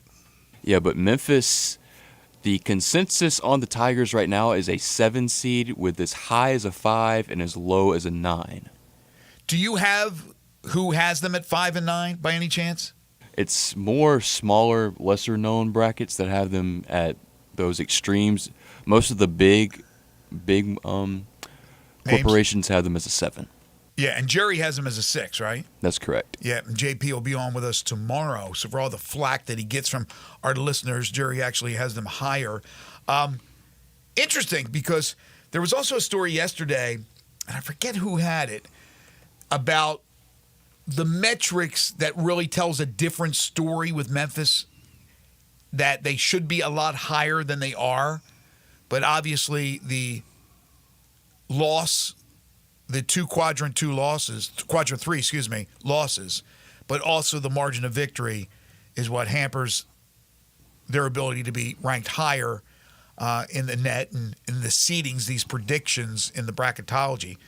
Also, from a top 5, top 10 standpoint, our buddy Kerry Miller, who's on with us every Thursday, he has a bracketology for Bleacher Report. He said, Houston will be my number 2 overall seed. Feels that strongly about Houston, moving them up. I can't put Houston ahead of Duke or Auburn, but I think he's absolutely right about Houston, which I think in Lunardi's now, he's got him as a 2 seed. I would definitely consider Houston as a 1 over Alabama. They got a big win last night on the road, avenging their loss that they had earlier against Texas Tech. So a nice win that they've got. So that's back-to-back wins now over Iowa State and Texas Tech. So 2 good wins that they've had in their last 2 games. They're really, really good. I was asked this the other day: if you were drafting college basketball teams for winning the national championship, right? Certainly, I think Auburn and Duke would go 1-2. I would find it hard to believe anybody would take anybody over those 2 right now. Mm-hmm. If you had the 3rd pick, who would you take? Houston. Who would you go, Elijah? I would probably go with Florida right now. See, I said either Florida or Alabama, probably. Although Houston, I do think Houston. Like I don't know. I think after those 2, there is a big group of teams that you could certainly make an argument for. Yeah, but those teams, even Florida, every once in a while they lay a dud, right? The Florida game against Tennessee, when Ziegler was out, and who else was out? The big guy was out. And Florida got crushed by Tennessee. Remember? Mm-hmm. Okay. Remember very well.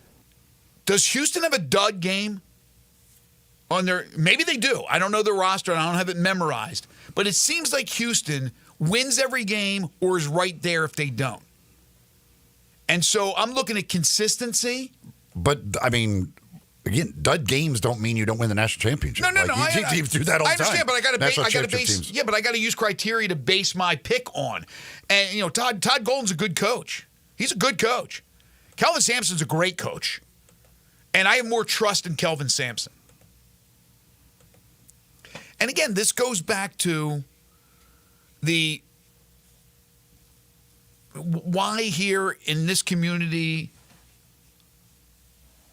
we are upset all the time, because we see what is possible if you give a team a chance.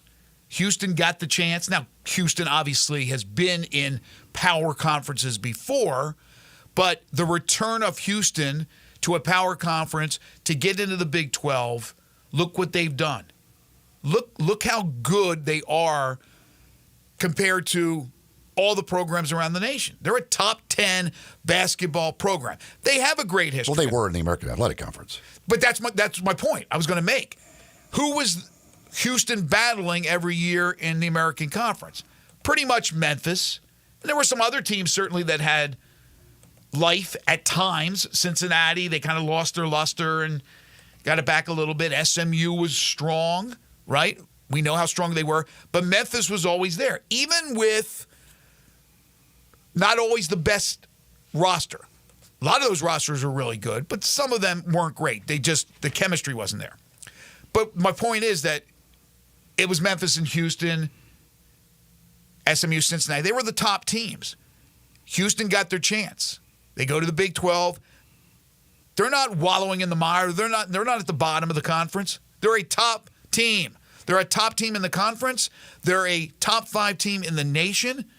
And I'm not going to sit here and say that Memphis would be in that situation, but they would have a great shot to be in that situation. But again, Houston was that before they went there.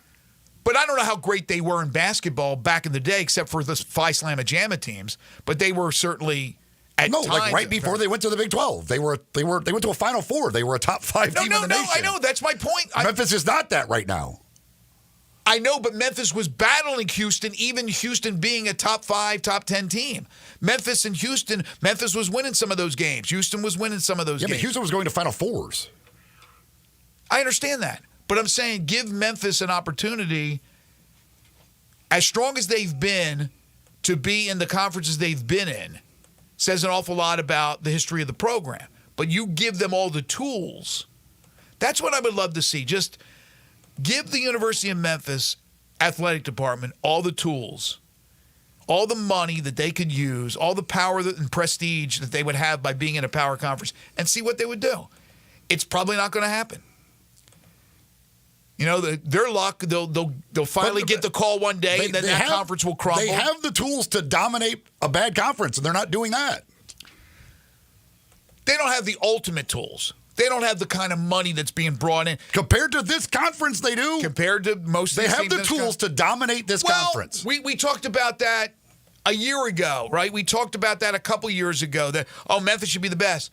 Well, you know who had the tools? SMU had the tools. That's why they bought themselves a ticket to the ACC.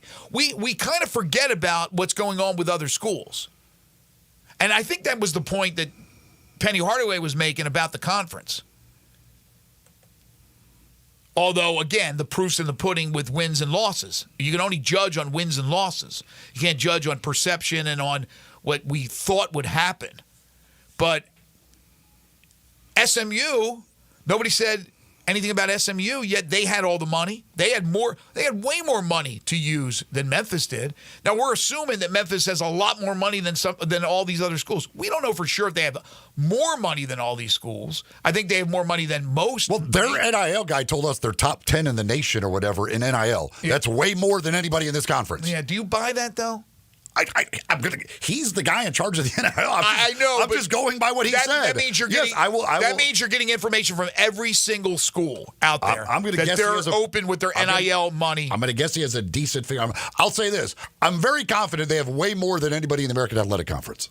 Way more in basketball, yes. In basketball, maybe they do. Maybe they do. And guess what?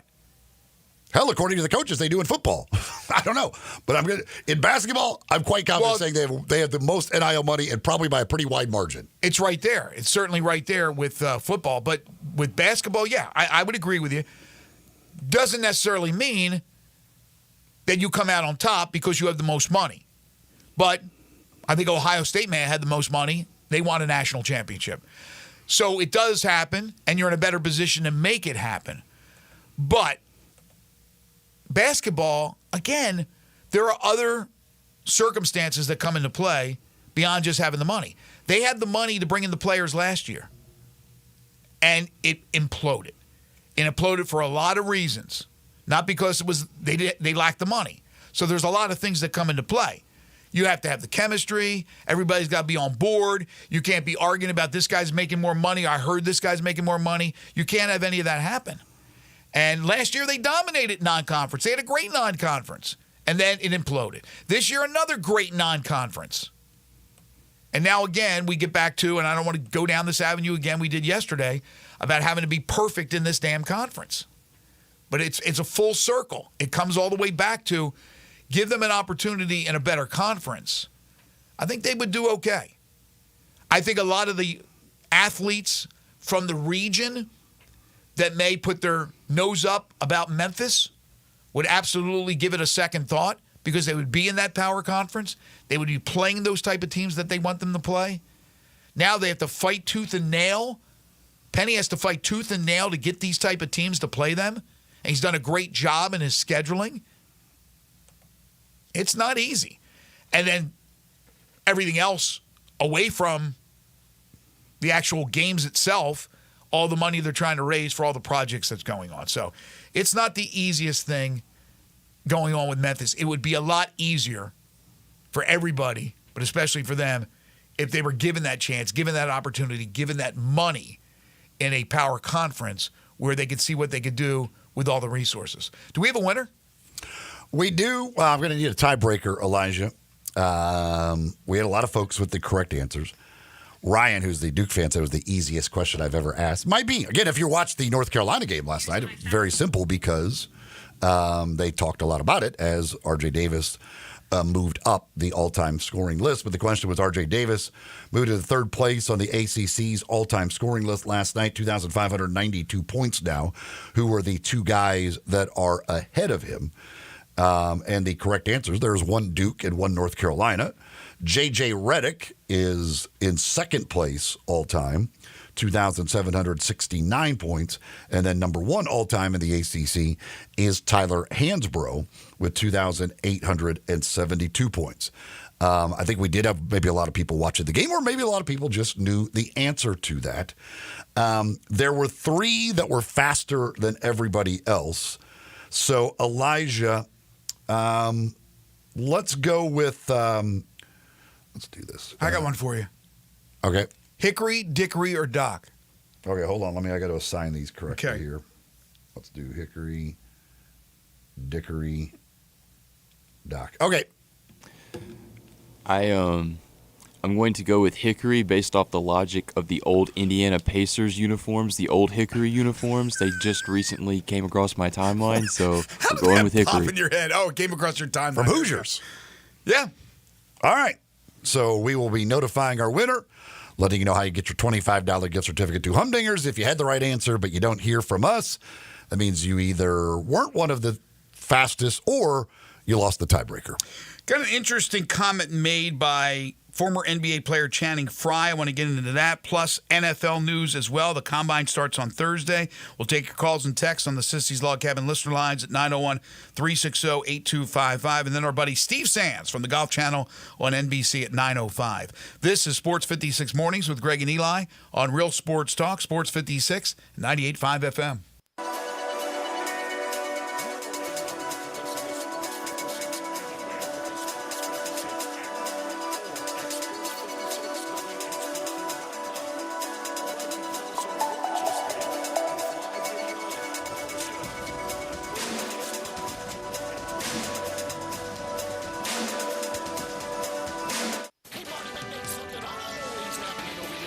Volkswagen Germantown. So what's happening right now?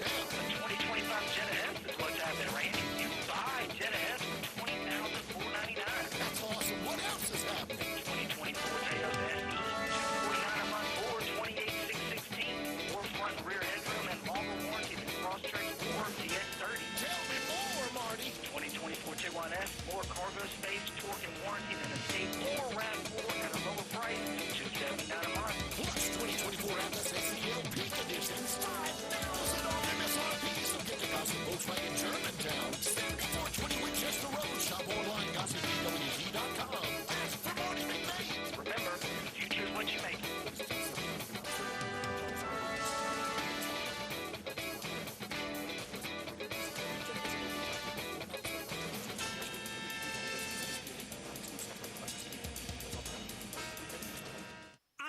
I'm excited. I had a feeling you'd be excited. That doesn't even begin to describe how I feel about the new Central Barbecue location on Central. Well, technically, it's the same location. Same location, but a very different Central Barbecue on Central. I get what you're saying, but I don't want to confuse people. The new Central Barbecue location on Central is the same place as the old Central Barbecue on Central. But it's so much more. It's big, for one thing. It is a whole lot bigger. Well, I mean, I think it has to be. Because everybody in Memphis is going to be flocking to the new Central Barbecue location on Central. Where the old Central Barbecue on Central used to be.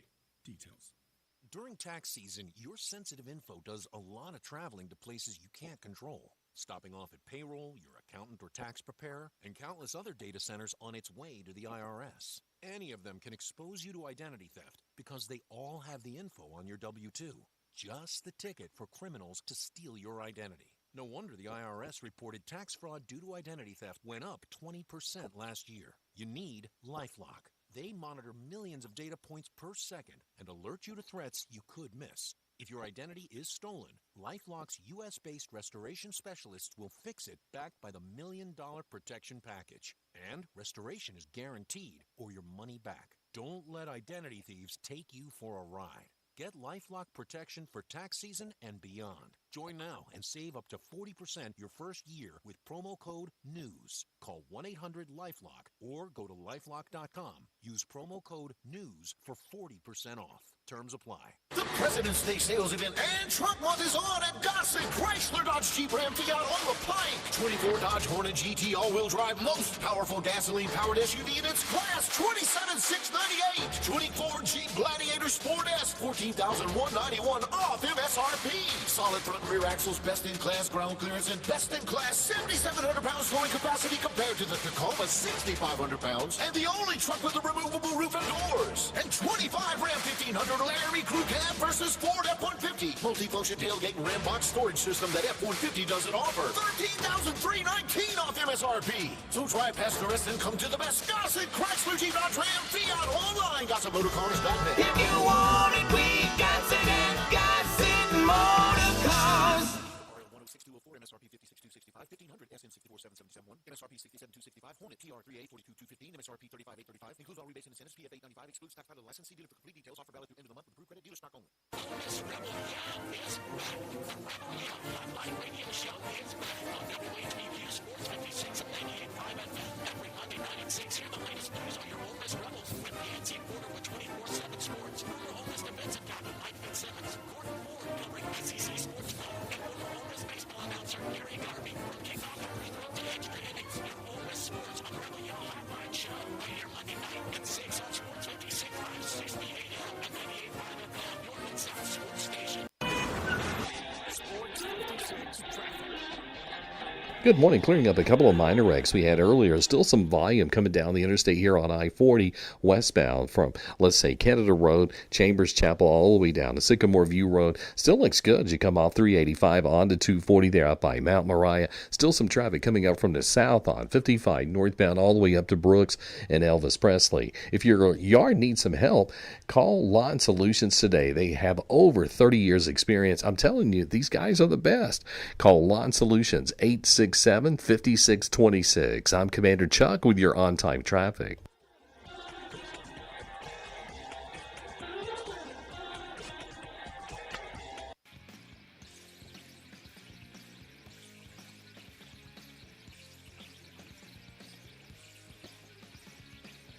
Now back to Sports 56 mornings on Sports 56 and 98.5 FM.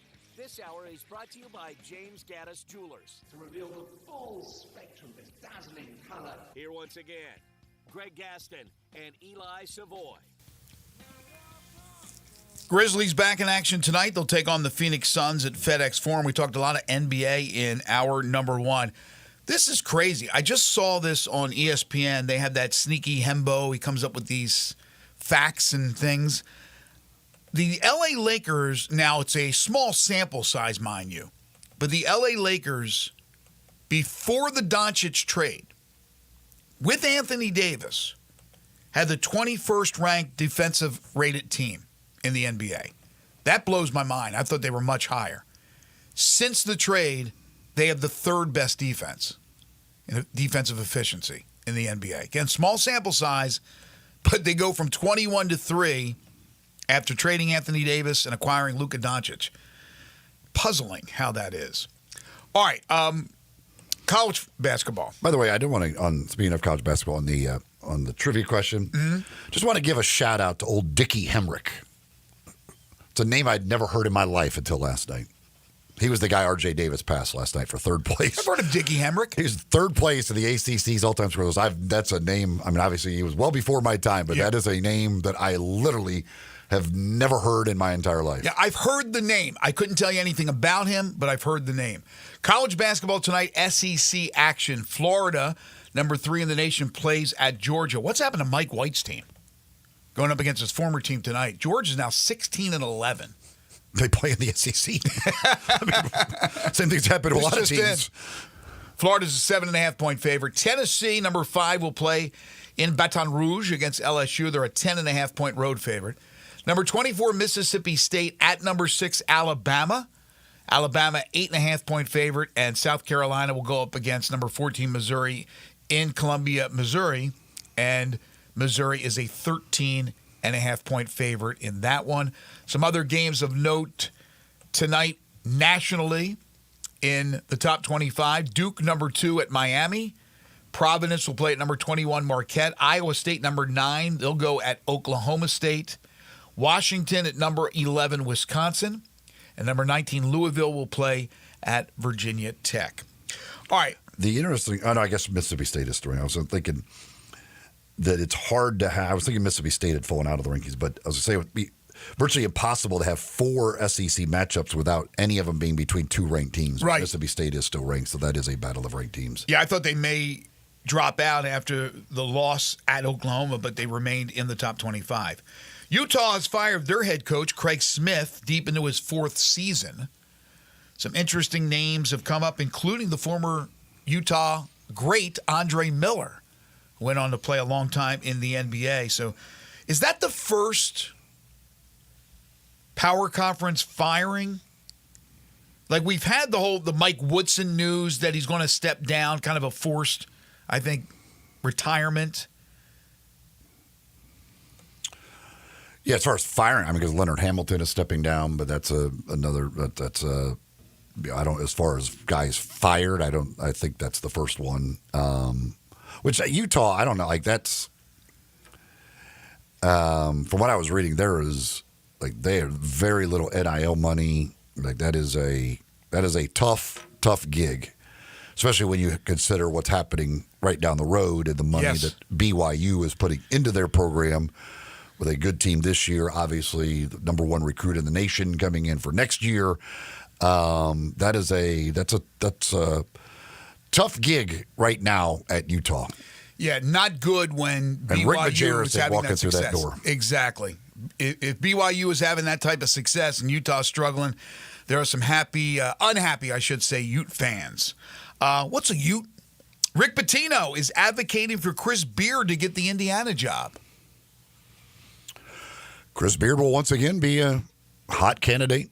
If with any jobs that come open, Beard, who was there under Knight, certainly will be, I'm sure, one of the ones I'll look at. But again, every big job in America, I'm sure we'll look at Chris Beard. The guy can flat out coach, and whether Ole Miss is able to hold on to him or not, I don't know. But he will, just like last year.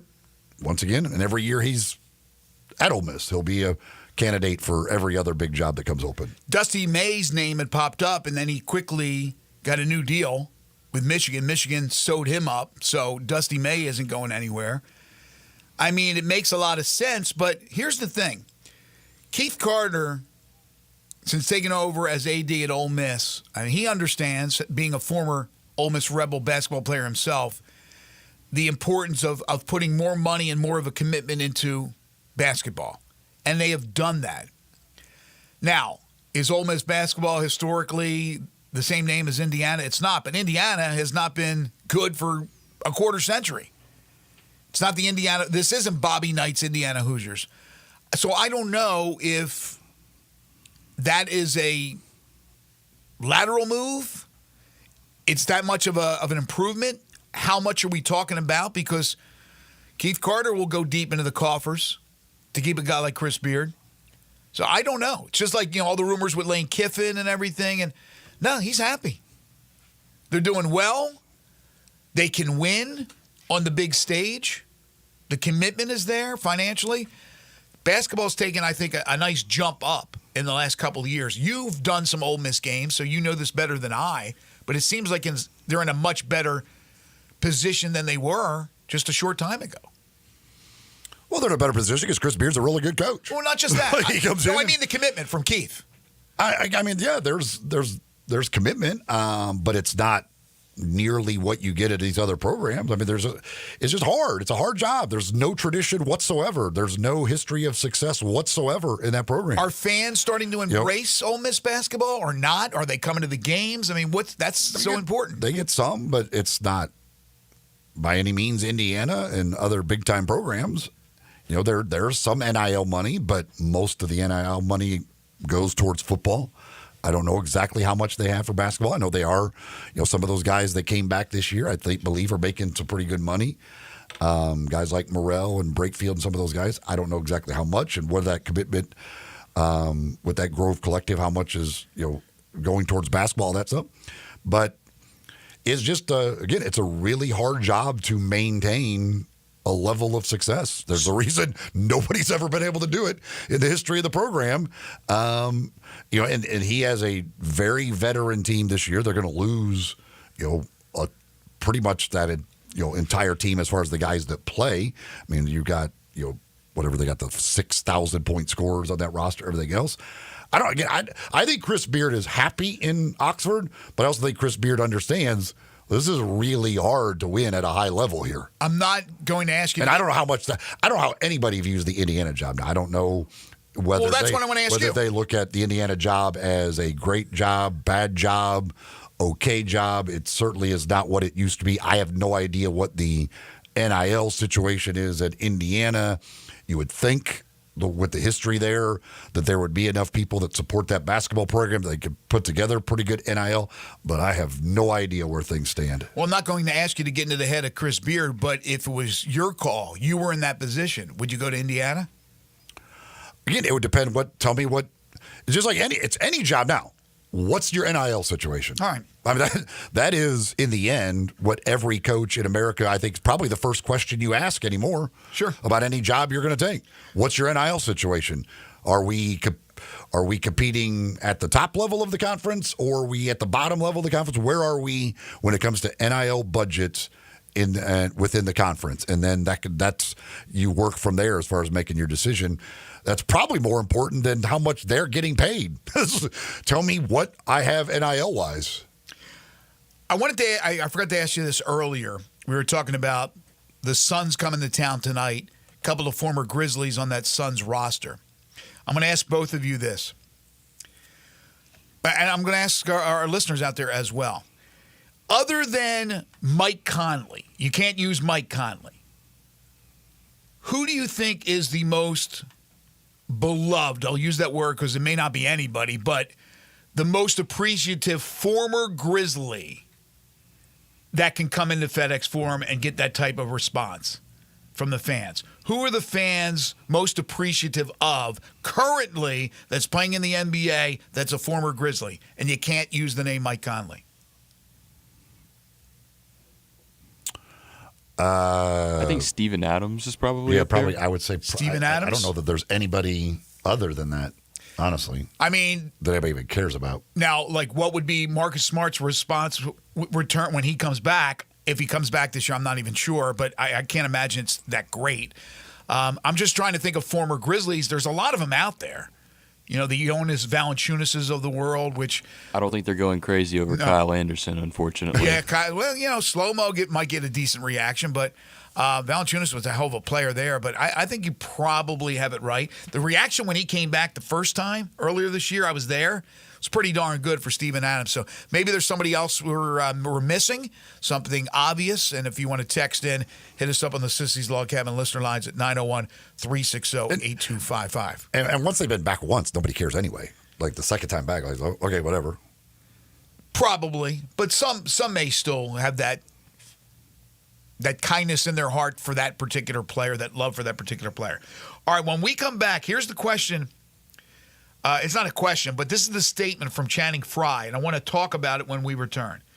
He said, I guess on a podcast, former NBA player, nostalgia is killing the NBA.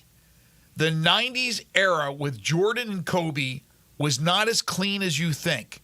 Y'all forget that Jordan left the league for 2 years. I don't think anybody forgets that. Y'all forget that Kobe, rest in peace, quit on his team in the playoffs and refused to shoot the ball. Nostalgia is killing the NBA. Interesting. I don't like his examples, but I understand the point he's making. We'll discuss that when we return. Hour 2 of the program brought to you by James Gaddis Jewelers, 4900 Poplar Avenue between Mendenhall and St. Nick, and on the web at gaddisjewelers.com. If you are planning on popping the question this year, well, you need to make sure James Gaddis Jewelers is one of the jewelers you check out. They are your bridal engagement and anniversary jeweler headquarters. They've been around Memphis for 6 decades. You're looking for that beautiful engagement ring, any type of wedding rings, personally designed wedding sets, they have them for you. Everything from a couple $1,000s to probably $100,000. But they make sure they have a price point to suit everyone's budget because everybody can't afford the most expensive diamond ring that they have to offer. James Gaddis will help you select the perfect ring. That's very, very important to you, so it's very, very important to them. If you're looking for a beautiful watch, they have watches of all types, including pre-owned Rolexes. They have bracelets and necklaces and earrings and pendants, gemstones of all types, one-of-a-kind estate and vintage jewelry. They have 2 repair experts to help you with your fine watches and jewelry. They have the experts, as I mentioned, to help you pick out that beautiful engagement ring or any fine jewelry.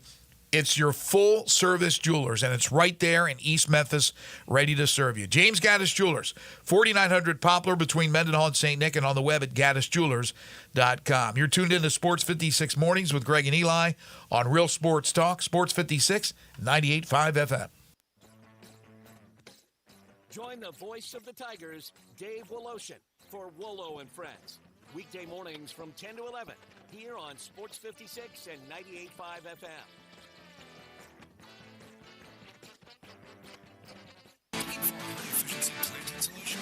The Case IH 2150 early riser planter combines the industry's most accurate planter technologies with a run-and-roll unit for fast and uniform emergence. The Case IH 2150 early riser operates at your speed and adapts to unique field conditions so you can maximize your yield potential.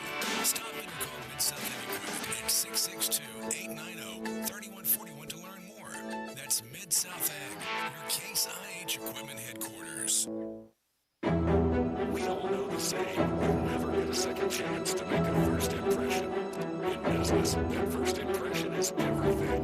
One bad review, or even a wrong phone number on your site, can send customers running. Stop the madness. Get a free snapshot report at www.snapshotmybusiness.com. We'll analyze your entire online presence, listings, reviews, social media, and SEO. Everything that shows how customers see you. Our easy to read report pinpoints what needs fixing so you can attract more customers and grow faster. We've got the tools, experience, and proven results to help your business dominate online. Don't wait. Visit snapshotmybusiness.com today to get your free report. Your business deserves a great first impression. Snapshotmybusiness.com. Stop the madness. Get a free snapshot report at www.snapshotmybusiness.com. Your path to online business.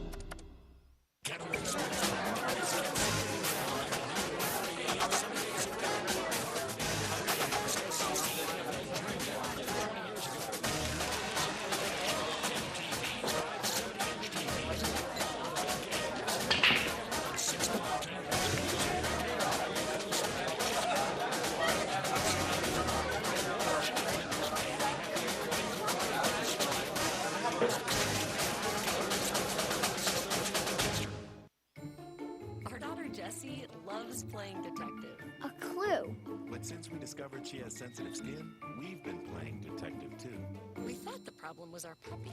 But it was actually our old detergent. Aha. So we switched to Tide Free and Gentle. Tide Free and Gentle provides an excellent Tide clean, and it doesn't leave behind irritating residues like dyes or perfume. It's gentle on your skin. Case closed. If it's got to be clean, it's got to be Tide Free and Gentle. All 650 acquisition fee, 20,000 miles per year, 20 cents excess mileage. Pay for SEO 233118, MSRP 25320. Telluride SG 596,204, MSRP 41,060. Sportage S719 2005, MSRP 30,660. Includes all rebates and incentives. Must finance through KFA. Excludes tax filing license 895 PF with approved credit. Dealer stock only. See dealer for complete details. Offer valid through 3/2/2025. It's the Kia President's Day sales event on now at Gossett Kia South Mount Moriah. Hey, what's up, Jeff Allen? Randy, I've got a 2025 Kia K4 LXS for less than $5 a day at $159 a month with class-leading torque and fuel efficiency. 2025 Kia Telluride has front-wheel drive with more power, larger cargo area, and more ground clearance than our Nissan Pathfinder. $398 a month. Plus a 2025 Sportage EX, better overall customer rating than a Toyota RAV4 and longer warranty per Edmunds.com at $279 a month. All $49.99 to a signing, 24 month lease. Plus, get a 10-year, 100,000-mile powertrain limited warranty. So whether you live in Horn Lake, South Haven, Olive Branch, or Memphis, you'll be happy at Gossett Kia on Mount Moriah.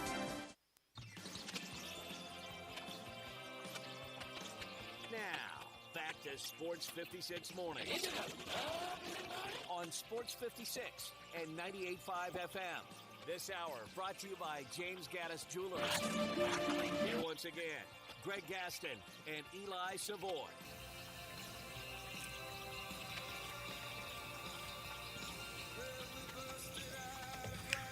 The great Steve Sands joins us at 9:05, talking some golf. I asked the question, as far as current Grizzlies or ex-Grizzlies are concerned, who do you think fans, for the most part, have the most favorable reaction to when they return home? And you can't use the obvious Mike Conley. Elvis is dialed in on the Sissy's Log Cabin listener lines. What do you think, Elvis? The man that stayed when Michael Eaves left and the refugee from the PGA Tour, Greg Gaston and Eli Savoy. Brand, Street Corner Talk. Hey, I think it's Shane Betty. No, he's not a current player. Oh, you said current. Yes. He's giving TED Talks now. Well, Mike Conley. If he comes in and gives a current. TED Talk, yes. Yeah, you can't use Mike Conley. It's not a former player, so who of the other players? I stumped you, Elvis. Well, that's not uncommon, is it? Thank you, my friend. All right. Appreciate it. All right. That's why I said, Elijah, did he understand the question? I had a feeling he didn't. But yeah, of all the Grizzlies that are currently, ex-Grizzlies that are currently playing around the league, because tonight you have the Suns coming in. Tyus Jones and Grayson Allen. Now, the Grizzlies fans that were, I guess, pretty open to Grayson Allen, who came in with, certainly the whole Duke thing. Some people didn't like him just because of his association having played at Duke, but quickly became a guy who was Most didn't like him because appreciated. of his ability To miss a three? No, his problem of tripping people constantly. Well, and that goes back to the whole Duke thing and all that. I mean, there were people that had already the preconceived notion not to like the guy, but when he became a Grizzly, fans certainly opened their arms to all players that become Grizzlies, including Mario Chalmers, who would be on the top of that list, right, for obvious reasons. But Allen doesn't have that kind of support, I think, when he comes in as a member of a visiting team. Tyus Jones is still pretty popular. So I expect tonight Tyus Jones gets a nice round of applause. You're right, Eli. It's not the first time that they're back, so no big deal is made of it. But still, it was a guy who played here in Memphis. And if they played here and they won the hearts of the fans and they were successful, that people will acknowledge that. It may be not as much as the first time around, but they'll acknowledge that. All right, so I asked the question about the statement Channing Frye made and what it all means. Nostalgia is killing the NBA. Well, first of all, is the NBA on life support of some sort that I'm missing? I know the ratings aren't great. It's still a strong product. Again, we're comparing it to what? If we're comparing it to the NFL, yeah, everything's DOA compared to the NFL. But what do you think about what he's saying? Are we talking too much about the past? And then we make comparisons to the current game of the NBA. We do too much of that, and that's what kills the NBA in the perception of people, because we always say it was better back then, and they're softer now, the players. And I see what he's saying by nostalgia, talking so much about the past that we're saying the past was great, so it can't be any good now, the product. Well, I mean, there's been a lot of criticism about the TNT guys, other analysts who constantly talk poorly about the game today. They ripped the game. And act like the game back in the day was like this perfect thing, which whatever. I mean, it was a different game, and it kind of depends on what you like, I guess. Right. If you want the physical ball and sometimes you want to see some lower scoring games with defense, I guess that's your thing. But it's a little different now. And all the 3-pointers, if you don't like watching 3-pointers get shot, well, then you're not going to like today's game. But if you like watching guys shoot 3-pointers and free-flowing up and down action, then today's game could be for you. It just depends on what your taste is for the game. But I don't know. There's no perfect version of the NBA. But, yes, I think the fact that the analysts today act like today's game is terrible, well, that's their opinion. But I have no problem with today's game. I think you hit it out of the park right there. I think that's exactly what he's probably referring to, is that the conversation about how bad it is now, how great it was back then, is killing basketball. And people, when they hear something, they tend to believe it. Word of mouth. That restaurant is horrible. Don't go there. All right, that's one person telling me that, but I'm probably not going to go. Right? If it's somebody I know and they say it's bad, why am I going to take a chance? Well, people are saying the product's bad. Why would I want to watch the product? Elijah, do you ever watch an old game that may be on? I don't know where it would be on and when it would be on, but do you ever go back and watch old NBA clips and things of that nature? I do. There is a thing on NBA TV where they do Hardwood Classics, where they play games from the 80s and 90s and early 2000s. So I watch those sometimes, and it is so crazy to see how different the game is from how it is now.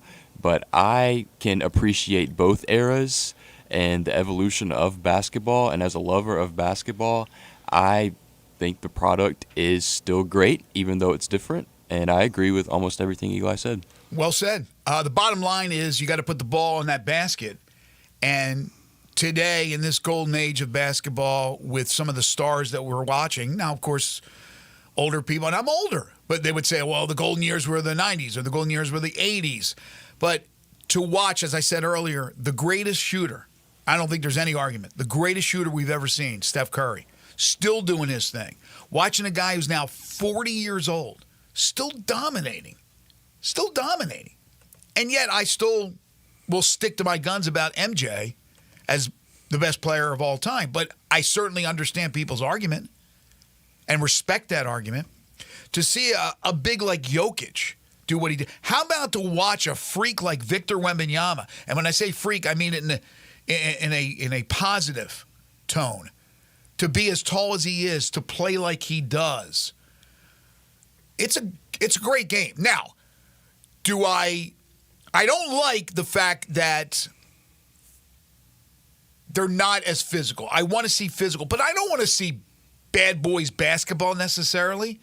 I don't want to see Lambeer clotheslining somebody, but I do want to make it a little bit more physical when you drive the lane. You know, might be a little bump going on here or there. You don't want to hurt anybody, and I understand that that's where we are. We want to make sure safety comes first, but there's things I'd mix in from back in the day with what we have today to make the ultimate NBA basketball. But yes, it's different times.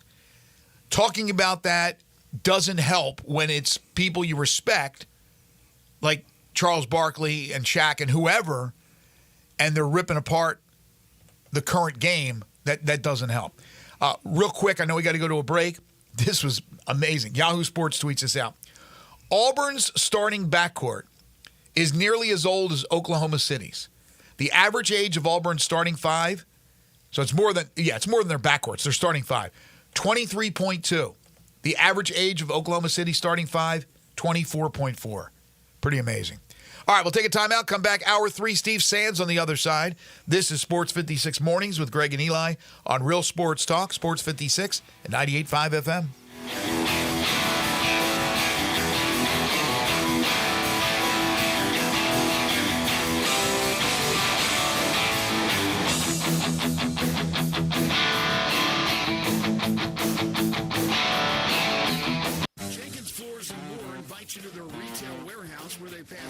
the savings on to you. Jenkins Floors in Little Rock, Cleveland, Mississippi, and now open in Horn Lake at 2356 West Goodman Road. Specializing in flooring and carpeting, tile, plantation shutters, and blinds, Jenkins makes your life easy with a 2-week turnaround. Contractors, builders, or family projects, call 662-469-9350 for a free estimate. Owners Timmy and Rebecca Jenkins say hello to Sports 56 fans and look forward to your business.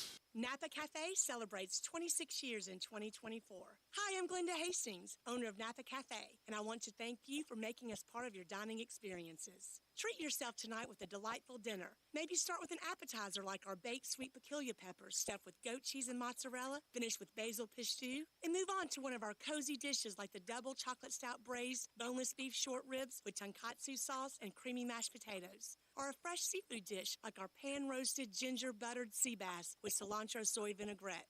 I get hungry just talking about it. Don't forget about dessert, our famous sweet buttermilk pie with brown sugar sauce, or drink your dessert with one of our signature dessert cocktails like the lemon cheesecake martini, lemony, icy, frothy, and dusted with graham cracker crumbs. Napa Cafe, open Wednesday through Saturday for dinner starting at 5 o'clock. For reservations, visit our website at napacafe.com. Come join us as we celebrate 26 years of Napa Cafe. We can't wait to serve you. Business taxes. We're stressing about all the time and all the money you spent on your taxes. This is my bill. Now Business Taxes is a TurboTax small business expert who does your taxes for you and offers year-round advice at no additional cost, so you can keep more money in your business. Now this is taxes. Intuit TurboTax. Get an expert now on turbotax.com/business. Only available with TurboTax Live full service.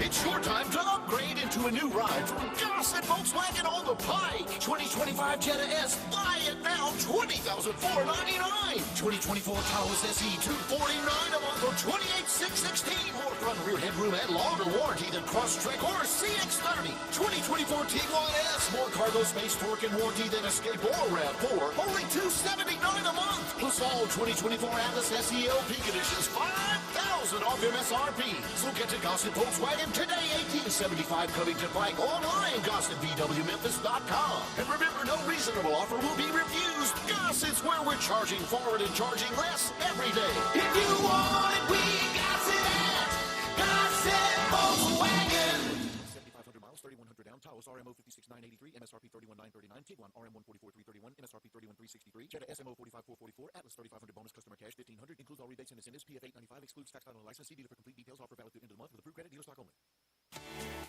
At Jason's Deli, when you're dining in or picking up curbside, you can expect wholesome food and no surprises. Just delicious sandwiches, crisp salads, and quick quality meals made with the freshest ingredients and no artificial trans fats, MSG, high fructose corn syrup, or artificial colors and dyes. Around here, a lot of thought goes into what we put into our food and what we take out of it, because you're not just taking a bite, you're getting a taste of who we are. New items are constantly being created to expand our menu for all tastes and special diets with vegan and gluten-free options available. Convenience and on-time delivery you can count on. It's just a click away at jasonsdeli.com, so whether you need to feed 5 people or 5,000, the team at Jason's Deli, they have the credentials and the commitment to keep you satisfied. Freshness is nearby at Jason's Deli with locations at Ridgeway in the Park Place Center, Poplar and Highland, Germantown Road in Cordova, and on Goodman Road in Olive Branch. Jason's Deli. It's wholesome food and no surprises. This traffic report on Sports 56 is brought to you by Palo Windows and Doors of Memphis and the Mid-South Palo Windows. The standard is affordable luxury. Sports 56 traffic. Good morning. Clearing up a couple of wrecks we had out here earlier. It's finally starting to build in the Midtown area on 240 North, right there at Lamar. Here comes that traffic. I-40 across the Hernando de Soto Bridge over from West Memphis. That normal build-up right now on 40 West from Germantown Parkway all the way down to Sycamore View Road. Hey, Weimer's Jewelry, conveniently located 7525 Highway 64, is your full-service, family-owned jewelry store right here in Memphis. I'm Commander Chuck with your on-time traffic.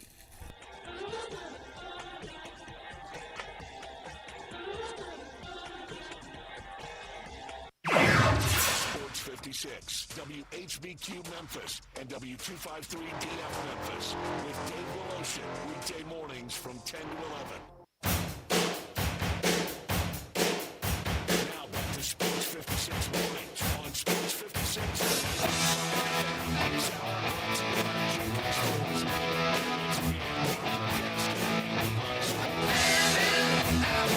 Welcome back, everyone. 9:05 the time. 53 degrees in Memphis, and we'll get up to 73 degrees today. Sunshine, a beautiful day, and even a little bit warmer tomorrow with a projected high around 74, 75 degrees. Hour 3 of the program is brought to you by Jenkins Floors and More, located at 2356 Goodman Road. That's in Horn Lake, Mississippi. They also have stores in Cleveland, Mississippi, and in Little Rock. If it's flooring and carpeting you're looking for, they specialize in both. And if it's variety you're looking for, they absolutely have it. Everything from the hardwoods by Portercraft to the carpeting from Southern Luxury Carpet, the SPC and WPC vinyls, the ceramic and porcelain tiles, backsplashes for your kitchens and bathrooms, plantation shutters and blinds, and so much more. They sell at wholesale. Skip the middleman, saving you lots of money in the process, which just makes perfect sense for all you homeowners that do it yourself or contractors out there, but also for people that need new flooring, need new carpeting. You can't even hammer in a nail, which is me. I'd be in that category. Then you call Jenkins. They'll get the job done in 2 weeks. That's their promise to you. They'll come out to you wherever you are. They'll give you a free estimate. So call them, 662-469-9350. When you do call them, ask about your Sports 56 family discount. Military first responders, you get 10% off. Again, a 2-week turnaround to get the new carpeting or flooring installed. Jenkins Floors and More, 2356 Goodman Road in Horn Lake, open Monday through Saturday. I am dying laughing at this Alec Baldwin video with the President Trump impersonator. Not him impersonating Trump, but another dude and their confrontation.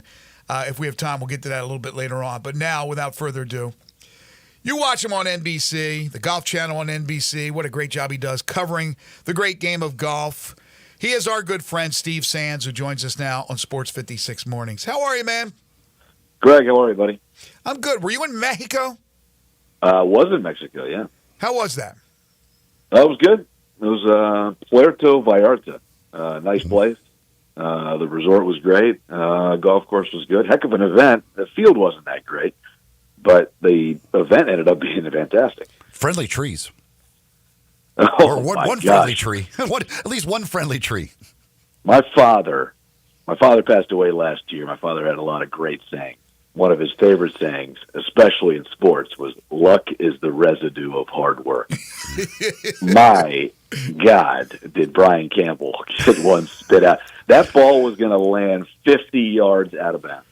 Yeah. He must have put in a lot of hard work because that was a lot of luck. Well, his story actually is amazing. One of the crazy things about golf compared to the other sports is you get the Brian Campbells of the world winning. That can't happen in team sports in North America because you just can't have runs like that all the way through the playoffs. But you can get it occasionally in tennis, right? And you can get it occasionally on the PGA Tour. He's 31 years old, guys. I mean, we're not talking about a 21-year-old. A 31-year-old, that was his 18th PGA Tour start, which means he's been grinding. Yeah. I mean, grinding the last 10 years as a professional to get to that point, and then to get himself into a playoff and to hit a tee ball literally right of 2 o'clock and have the trees spit it out. Just amazing. It's just an amazing story. If I'm not mistaken, Sobel tweeted out that the least amount of money that was bet on an individual was on him. Yes, that wouldn't surprise me. When we started the day on Sunday, we were like, all right, Jaeger's going to make a run, Rye's going to make a run. These guys have won before on the PGA Tour.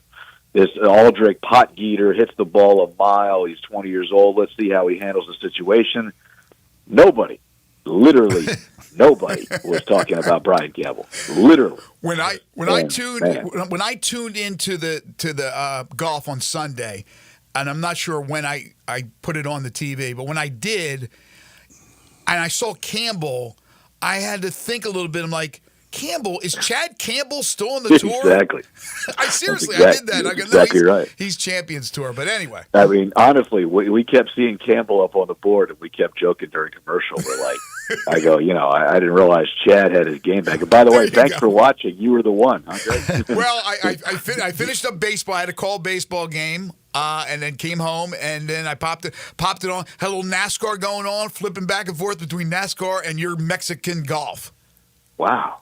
That was wow, it. what a day! What a day, huh? That's a big day. There's never been a segment that needed football more than that last Exactly. I would have gone to Bed Bath & Beyond, but they're all closed here, so. Oh, my gosh. They still have those big coupons at Bed Bath & Beyond? I don't think it's in existence, is it? I think it's all Is closed. are Bed Bath & Beyond's all gone? I don't know if they're all gone. They closed the ones down here. They closed down here in if they're Memphis, I'll all tell you gone that or much. not. Yeah, between the CVS receipts and the Bed Bath & Beyond coupons, I don't know who's got them beat. Oh, my gosh. CVS, that receipt, yes, you could strangle somebody with it. It is Man, long. that receipt is dangerous. All right, so listen, and thank you for coming on. We got the players in a couple of weeks, and we can kind of talk about that. And, of course, you always join us. You're always nice enough. I don't know how you sneak in the cell phone to Augusta, but you do. And we usually get you on Monday or whatever, so hopefully that'll be the case. But I wanted to get you on because things now obviously are heating up. They're heating up. The president's involved in these conversations. You have Adam Scott, Tiger to some degree. I think he missed the first big meeting. All right, how close are we, Steve? You got the inside baseball news on this thing. Are we going to come to some kind of an agreement, and then how's it all going to work? You know, I feel like it's closer now than it has been. But until they announce something, Greg and Eli, I'm not going to jump out in front of them. I know they had the big meeting in the White House last week. Now, they had one before that as well, but nothing really came out of that. So, you know, there's DOJ issues there as far as, you know, how far deep can a foreign entity, and I'm not talking about just Saudi Arabia, I'm talking about any foreign entity, be involved in a North American sport or business, and, you know, what kind of stake can they have in that? The players need to agree on how we're going to welcome these players back into the fold on the PGA Tour. There are going to be some upset players, I can tell you that. I think the guys at the top, Eli and Greg, have all benefited from this. The money's greater, and the, you know, the scheduling's different, and all the kinds of things that they've received here in the last 4 years, all well deserved, by the way. But the rank and file, they have not benefited from this, and not to the degree in which the top players are saying. So I think there's still going to be some back and forth. I know there was a big board meeting yesterday. What's today? Tuesday? A big board meeting yesterday with the players and the executives at the PGA Tour down at the Cognizant, which is this week's event in Palm Beach Gardens. So we'll have to wait and see what comes out of that. But I think they're closer, Greg, but I don't think it's anything done right now. With what, as you mentioned, with all of this has resulted in the elevated events, all of these different things. From what you gather, are the players on the PGA Tour now happy, satisfied with with what has happened with these signature events, that type of stuff, the setup of the tour now? No, not the top guys are, Eli. Again, it's a very strange thing. This is not team sports where the Jacksonville Jaguars and the Philadelphia Eagles are on equal footing to begin the year as far as salary cap and all those types of things. On the PGA Tour, it's different. It's almost like a tiered system now. It's like the SEC and the Big Ten compared to everybody else. Exactly right. And they're looking to change the way the playoff is now because they didn't like the way the playoff ended up with Boise State and Arizona State getting home games and byes and those kinds of things, however it worked out. So, you know, it's fluid, Eli, but I think that as it stands right now, you remember the WGC events, the World Golf Championship events? You know, the only reason they were great is because Tiger was playing at all of them and winning. They were not great events for the entire PGA Tour. They hurt regular PGA Tour events. And that's what these elevated events are doing now. So it's the same premise. The money's incredible. You know, no one's complaining about the money. But when you have these signature events, Eli, you're basically tiering the single tour that's providing this product. So if you are in those events, well, heck, I mean, what's wrong with that? There's a limited field, tons of money. That's great. But to get into those events and to get out of those events if you don't play well, it's not the way the game is normally structured. So I would say it's 50-50 at best as far as, you know, if you polled every PGA Tour player as to whether or not they're happy with these elevated events. I think they'd like the elevated events to have larger fields, but that's not going to happen anytime soon either. It's interesting from a fan perspective or a viewer perspective. Obviously, like, you have elevated events or whatever, and when it's not, you're kind of like, well, yeah, you've already told me that these other events are better. There's a lot of those. Exactly. So, like, why do I watch this week? I don't care. This isn't an elevated event. That's why Steve questioned why I was watching the Mexico Open in the final round. Listen, exactly right. Here's the thing. I think that when you look at the PGA Tour and you look at it as a haves and have-nots, well, is that good for the tour in its totality? Again, I'm a sportscaster. I'm not in business. I don't know how the business of it all runs. But when you are at Torrey Pines and you have a $20 million purse and everybody is playing, and then the following week you have a quote-unquote regular PGA Tour event, the Mexico Open at Vedanta, and you have a field that is pretty much unrecognizable for most sports fans, and probably at least half the golf fans. And the ratings, the ratings last week versus the ratings 2 weeks ago. Now, you're not going to have, the Chiefs and Eagles every single Sunday night, but you are going to have it consistent throughout the season. And to me, the PGA Tour is not consistent at all. It goes up, it goes down. Next week at Bay Hill, and then the following week at the Players are going to be, world-class fields, huge events. Well, last week in Mexico and this week at the Cognizant, and then 3 weeks from now at the Valspar are substandard fields. So is that good for the game?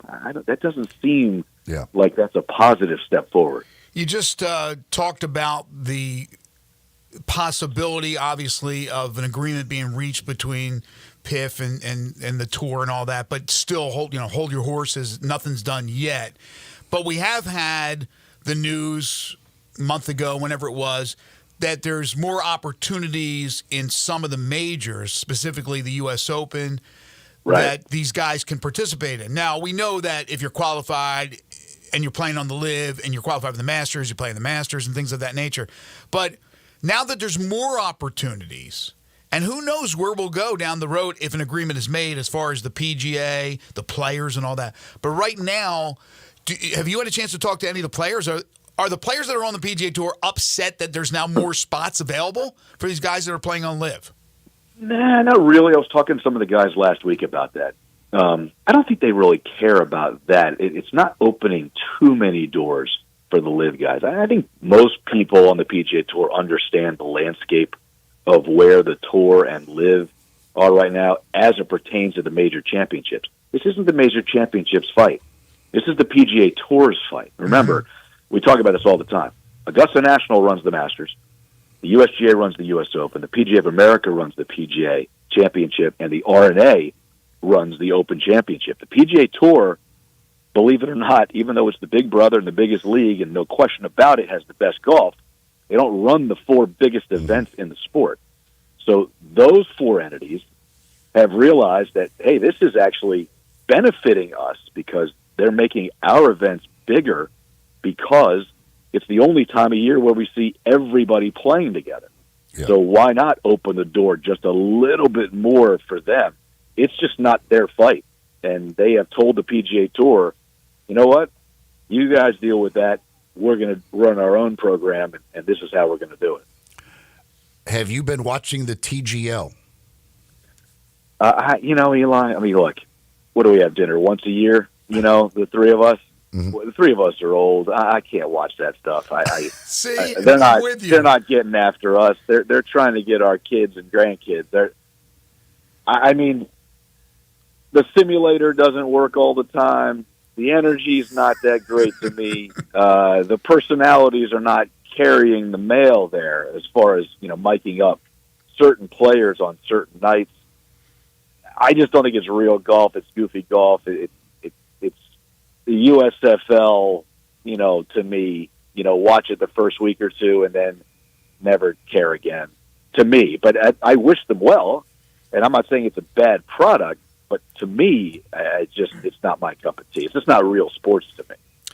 I'm with you. I'd much rather watch college. I much, much, much prefer watching college basketball on Monday and Tuesday nights after football season's over. Yeah, I'm not going to say I haven't watched it, but again, they're hitting it into a screen. I know they have the chips and the putts, but yeah, I think Eli and I look at that a little bit differently. I like it. I'm entertained by it mainly because of the pace of play. I love the fact that it's 2 hours and done, and the shot clock, all that stuff. I'm entertained by it. I've watched pretty much every match. Eli. Get out of here. Are you serious? Yes, I am. I've watched Are you just just about being every a match. contrarian sports radio guy? Or I've watched at least part of every match they've played, and I have watched entireties of probably 80% of the matches.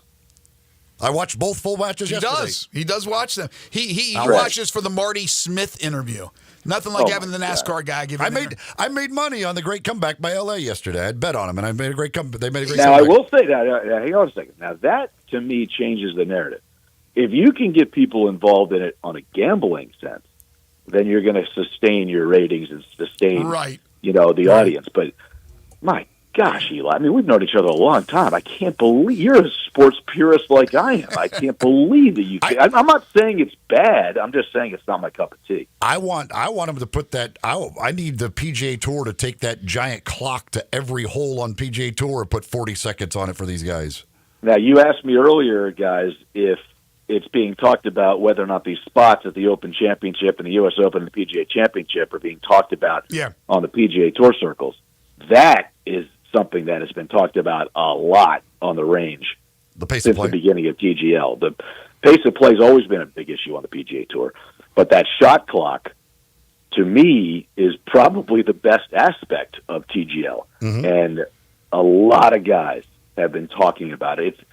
It's tough to put a shot clock on a PGA Tour at a PGA Tour event. I'd like to see them try it, and without penalty, to see what it's like. In other words, we all watched baseball last year improve its product because of the pitch clock, and we all probably thought when they put the pitch clock in, we were like, how's this going to work? Well, it worked great, and it did not change anything as far as being a purist or being a kid who wants the game to move along a little bit quicker. In this case, I'd love to see them put a shot clock in, but not to not tell the guys, but to put a shot clock in and have it not matter that particular week, just to see how often that they would need to use it and then implement it, and without hurting the game. The problem with golf is a couple of the really, really good, smart guys on the PGA Tour who I love to chat with off the record just to give their perspective have told me the same thing. The problem with the shot clock on the PGA Tour, and they love the idea, but they just don't know how to implement it, is that if it's windy, if there's a wind gust, a player is going to always naturally back away just to recalibrate, reset things, because if they catch this big wind gust, well, they always are going to back away. Well, if they're not allowed to back away because let's just hypothetically say there's a one-shot penalty for going over the shot clock, well, then they might hit a bad shot because they're forced to go quicker. That's a little bit of a rub there for PGA Tour players. It's literally a wind issue. It's not a time issue. It's a wind issue. And the players are like, hang on a second. If you're going to put a shot clock on us and there's a massive wind gust on a crazy, it's an outdoor sport, it's a crazy windy day, that's going to maybe perhaps change the way these guys go about their business, and they don't want that. But they all agree the game needs to be faster, no question. See, because I literally because I thought like if you could do it, like you could literally like they do in TGL, like give the players a certain amount of quote unquote timeouts. Like when that happens, you could use it. You could however many times, 3 times around or whatever times around, you get to use that basically timeout to get the shot clock reset. Yeah, but I don't want them thinking about more stuff than they have to than just hitting the damn ball. I mean, look, you're right about the wind, Steve, but here's the thing. There are some players out there, and you know this better than others, that are notoriously slow. They're just slow. It's not even 100%. The wind. It's an excuse. So I don't know. I've never been bothered by it. Golf is a long day. It's a long broadcast, and, you either like it or not. So it really doesn't bother me too much. Now, I don't know. Maybe they could do some things things, keep an internal clock, and not an internal clock, but keep a clock that's away from the actual players. I don't know where they would keep it. And then they put the players on the clock and find the players and things of that nature. But I understand what you're saying as well, kind of experiment with it. Liv doesn't use a clock, do they? No, Liv does not use a clock. I'd love to see them experiment with it, Greg. Yes. I do. I think it would be really interesting to have them have a shot clock out there just at a regular event and basically not even tell the guys, just to give them a little bit of an indication of how many times you would probably have to use it. Let's just say it was a 45-second shot clock, hypothetically. I would love to see them go this week to the Cognizant, have a shot clock, and then show the players the data of which they would be using it and how they would implement it. I think that'd be really interesting. But having said that, the strange thing about pace of play, and I think I've told you guys this before, maybe off the air, but I know, maybe on the air, but I know I've told you this off the air. The pace of play issue is a really tricky one. The guys know that they're playing slowly. The tour knows that there's some slow play. But the audience and the fans don't really know that, and that's our fault because of TV. We're just basically showing shot, that kind of stuff. We don't really show you, a guy walking around a green with aim point for 2.5 minutes before hitting a 6-foot putt. That would be We boring. don't show that. We show 3 or 4 shots before that because for the TV audience, we want to keep you engaged as far as the golf goes. Exactly. So it's not a bad thing. We're not trying to hide it. It's just that we're showing golf. Well, so the only if time we you'll showed say you guys walking around greens for 2.5 minutes, the audience would go bananas. Exactly. The only time you guys make reference to any kind of time issue is when you say somebody's on the clock because they're a hole and a half ahead or something like that. Well, and also the other thing is, if you're going to get off the air at 5:00 in Memphis before going to local news or going to a game or whatever you're going to do, 9 times out of 10, probably more than that, they hit the right time. So is slow play an issue? Because when it finishes on time, well, that means that everything was okay all the way leading up to that point. So it's a very tricky thing as far as slow play. But there's no question there is slow play on the PGA Tour. There's no question it's an issue on the PGA Tour. And slow players are not nearly as bothered by quick players as quick players are bothered by playing with slow players. And it is a absolute issue on the PGA Tour. I wish they would address it, but they have not addressed it with a lot of force in the last few years. Yeah, I mean, obviously, as you said, if you watch on TV, but the simple math will tell you, like, I can figure out when they teed off and when they finished, and when they're playing 5.5-hour rounds as a threesome, like, that's ridiculous. Yeah, totally agree. But they schedule it that way. No, I know. So it makes it look, but like, if you just do the simple bizarre thing of like, wait, they made the turn almost 3 hours ago, and they're just now finishing it. And these are 3 professional golfers. They're not searching for golf balls like I do, and I can play a foursome in 3.5 hours. Well, think about it this way: if the 3 of us went out with a friend of your guys in Memphis, and the 4 of us played around at 5.5 hours, you go, but you'd go crazy. You wouldn't There's play no way again. in the world. Everybody around you would go crazy. Yeah. Before your group and after your group, everything. There's no way you would put up with a 5.5-hour round. And somehow on the PGA Tour, they're the best players in the world. You would think they would be able to play. Yeah, I mean, I take one warm-up swing and then I hit the ball. I'm not playing for millions and millions of dollars. All right, Steve, real quick. Tiger, it was good to hear him with the interview that Jim Nantz did with him recently. Is he even can he play in the Players? Oh yeah, Okay. He can play. Okay, he can play in the Players. I think he's going to play one of the next 2 weeks. Oh, really? And then play in the Players? Well, I just think he's either going to play Bay Hill or the Players, or the Players, or the Bay Hill. I don't think he'll play both because I think back-to-back's a lot for him at this stage with his body. But he loves Bay Hill, and he's won the Players a couple of times. Right. And he also knows that the PGA Tour's signature event, no pun intended, it literally their event is the Players. And I would be shocked if he was able to play 2 weeks ago at Torrey Pines and did not because of his mother's passing. Right. That he's obviously able to play. So he should play Bay Hill or the Players. Again, I don't think he'll play both because back-to-back's too much. But I do think he'll play one of the next 2 weeks. And because he wants to play one before going to the Masters. And if he's capable of playing 2 weeks ago, then he's certainly capable of playing next week or the following week. Man to beat at the Players. Oh, man. I mean, Scotty's won it 2 times in a row. Yeah. And, it's a perfect golf course for him. He's starting to round himself into golf shape after, that freak injury he had over the holidays. I would expect Scotty to be right there again on Sunday. I can't stand taking the chalk, but who's going to beat Scotty if he's playing well? Nobody. I hear you. Fingers crossed we'll have you on early in that week from Augusta National, as we've had for many years now. We can't thank you enough, Steve.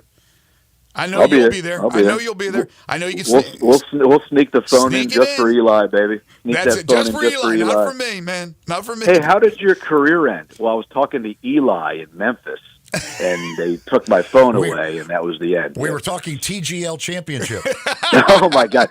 By the way, can you do me a favor when we're at Augusta, on the grounds at Augusta? Who knows if they have chips in our phones and they can hear the conversation? Let's not talk TGL at the Masters. You and Tiger are boys. Come on. I'm surprised you're not supporting this just for your friend Tiger. Good night, Eli. Take care. Thank you, Steve. All right, fellas, be good. Take Go care. Go Terps! I think he was going to say go Terps. I think we're number 16 in the nation now. He didn't go to Maryland, though. He might have said go Tigers.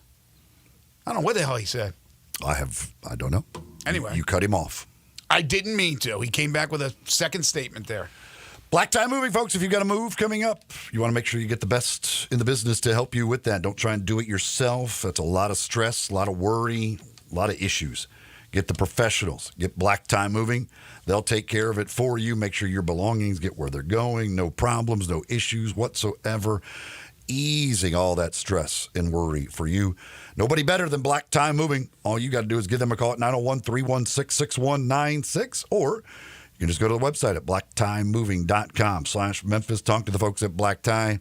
Come up with that plan, working with them to figure out exactly what it is that you need from them for your move, however much or however little you really need them to do. They'll give you no obligation quote up front, so you know exactly what it's going to cost, and the experience will be absolutely out of this world. Everybody just continues to rave about the experiences they have when they use Black Tie Moving. So if you've got a move coming up, make sure you go with the professionals from Black Tie Moving. Talk some NFL when we return. This is Sports 56 Mornings with Greg and Eli on Real Sports Talk, Sports 56 and 98.5 FM. Broadcasting from the Family Leisure Studio, we are Sports 56 and 98.5 FM. They're taking care of beerness in Memphis, right on the river, with Grind City Brewing and all of their great products. Look, this was a dream come true for a father and son duo, and if you have not been to that brewery right on the river, just to the north of downtown, you're really missing something special. And now you can't miss their product. Wherever you go, you see a brand new label. It's clean, it's beautiful, it's distinctive. You'll know Grind City Brewing, and of course you know their products like Poppy's Pills, that great Pilsner, or Tiger Tail, that very creative craft malt liquor. There's the new Thaddeus Amber Lager. That is absolutely a great light beer. There's the India Pale called Godhopper. It's outstanding. And then there's the Belga, the Belgian-style wheat ale. They keep bringing hits at Grind City Brewing. It's the Mitsubishi Motors Spring Sales Event at Gossett Mitsubishi on the Pike. 2024 Mitsubishi Mirage. We Gossett $249 a month, or buy for $18,410 gets 43 MPG. 2024 Mitsubishi Outlander Plug-in Hybrid PHEV. Compare to Mazda CX-90. Better range, better warranty, and we Gossett at $299 per month, or buy for $42,900. Ready to upgrade your ride? Get 2024 Mitsubishi Outlander. $399 a month, or buy for $29,460. Plus, get peace of mind with Mitsubishi's 10-year, 100,000-mile powertrain limited warranty. Get to Gossett Mitsubishi today to start your year off right. 1870 Covington Pike and 24/7 at MemphisMitsubishi.com. If you want it, we got it at Gossett Motor Cars.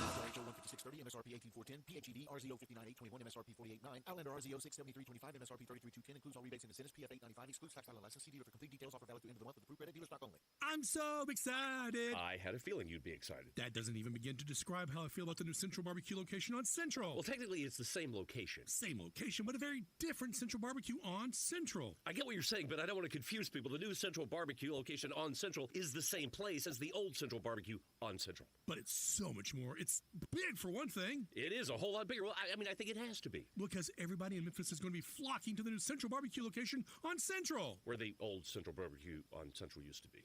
Details. Ooh, got a dash light on? The AutoZone free fix finder service can read your check engine, ABS, and other warning lights to help you find the fix. You'll get an easy-to-read report with clear next steps. And we can recommend a trusted local shop if you need one. It's the most complete free warning light report backed by technician-verified fixes. The free fix finder service with shopper friendly. Only at AutoZone. Restrictions apply. The President's Day sales event and truck month is on at Gossett Chrysler Dodge Jeep Ram Fiat on the Pike. 24 Dodge Hornet GT all-wheel drive, most powerful gasoline-powered SUV in its class, $27,698. 24 Jeep Gladiator Sport S, $14,191 off MSRP. Solid front and rear axles, best-in-class ground clearance, and best-in-class 7,700 pounds towing capacity compared to the Tacoma 6,500 pounds, and the only truck with a removable roof and doors. And 25 Ram 1500 Laramie Crew Cab versus Ford F-150. Multifunction tailgate and Ram box storage system that F-150 doesn't offer. $13,319 off MSRP. So drive past the rest and come to the best Gossett Chrysler Jeep Dodge Ram Fiat online. GossettMotorCars.net. If you want it, we got it at Gossett Motorcars. RL 106,204, MSRP 56,265, 1500, SM647,771, MSRP 67,265, Hornet TR38, 42,215, MSRP 35,835, includes all rebates and incentives, PF 895, excludes tax title license, see dealer for complete details, offer valid through end of the month with approved credit, dealer stock only. Sports 56 mornings on Sports 56. This hour brought to you by James Flores once again, and Greg Mel Kiper's latest mock draft that came out yesterday has the Browns at number 2 taking Cam Ward, and the Jets at 7. The Jets are 7th, right? Taking Shedeur Sanders. Check on that. Yeah, Jets at 7th. So Shedeur Sanders announcing the other day that he's not going to work out in the combine, which begins on Thursday. I think quarterbacks, receivers on Saturday. So he's not working out. I'm not sure about Cam Ward.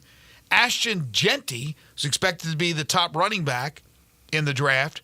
He's not working out. Abdul Carter, who could be the first overall pick to the Titans, he's not working out. Now, he has a shoulder injury. That's the reason for him. The other guys may say there's an injury. I don't know. But it seems like a lot of guys are bailing on working out because they're going to be top selections. This seems to be certainly a trend that's growing in recent years. Yeah, I mean, they'll do their pro day or whatever. I mean, they'll need to do the combine. They'll do it when they will they in a more comfortable surrounding. Will they for sure?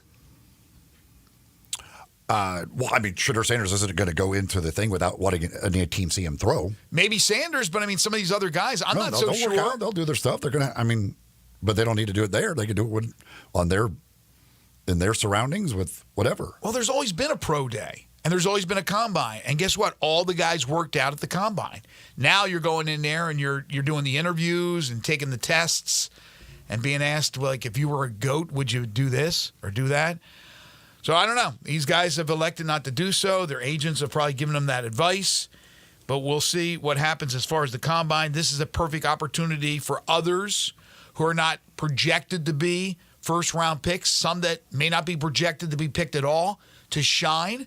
And that includes a guy like Seth Hennigan, Rock Taylor, who both are invited to the combine. Tomorrow at 8:05, Memphis offensive coordinator Tim Cramsey is going to join us on the show to talk about the prospects of those two individuals and others as well, including running back Mario Anderson, who did not get an invite to the combine. We'll talk to Coach Cramsey about his new look offense in 2025. They haven't practiced at all yet in the spring.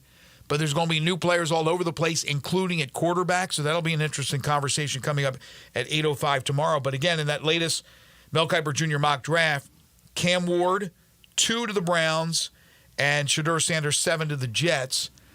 I like the Titans, if they're going to keep the pick, taking Carter, even taking Travis Hunter.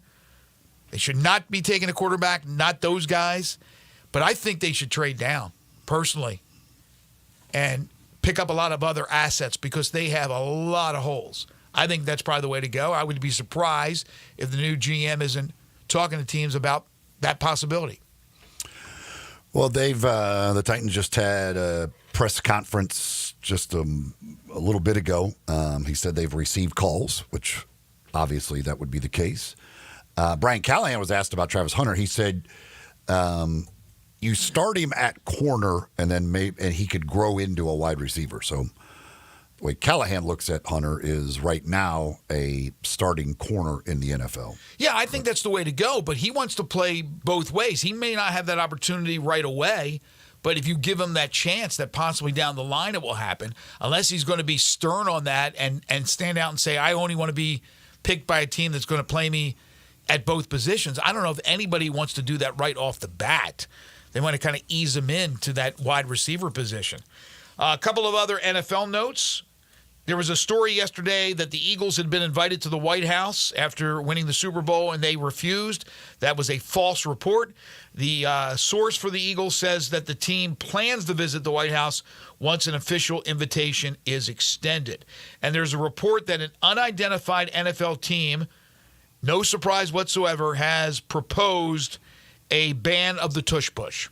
And they will probably not be the only team. And that unidentified team is the Green Bay Packers. Oh, they have been identified.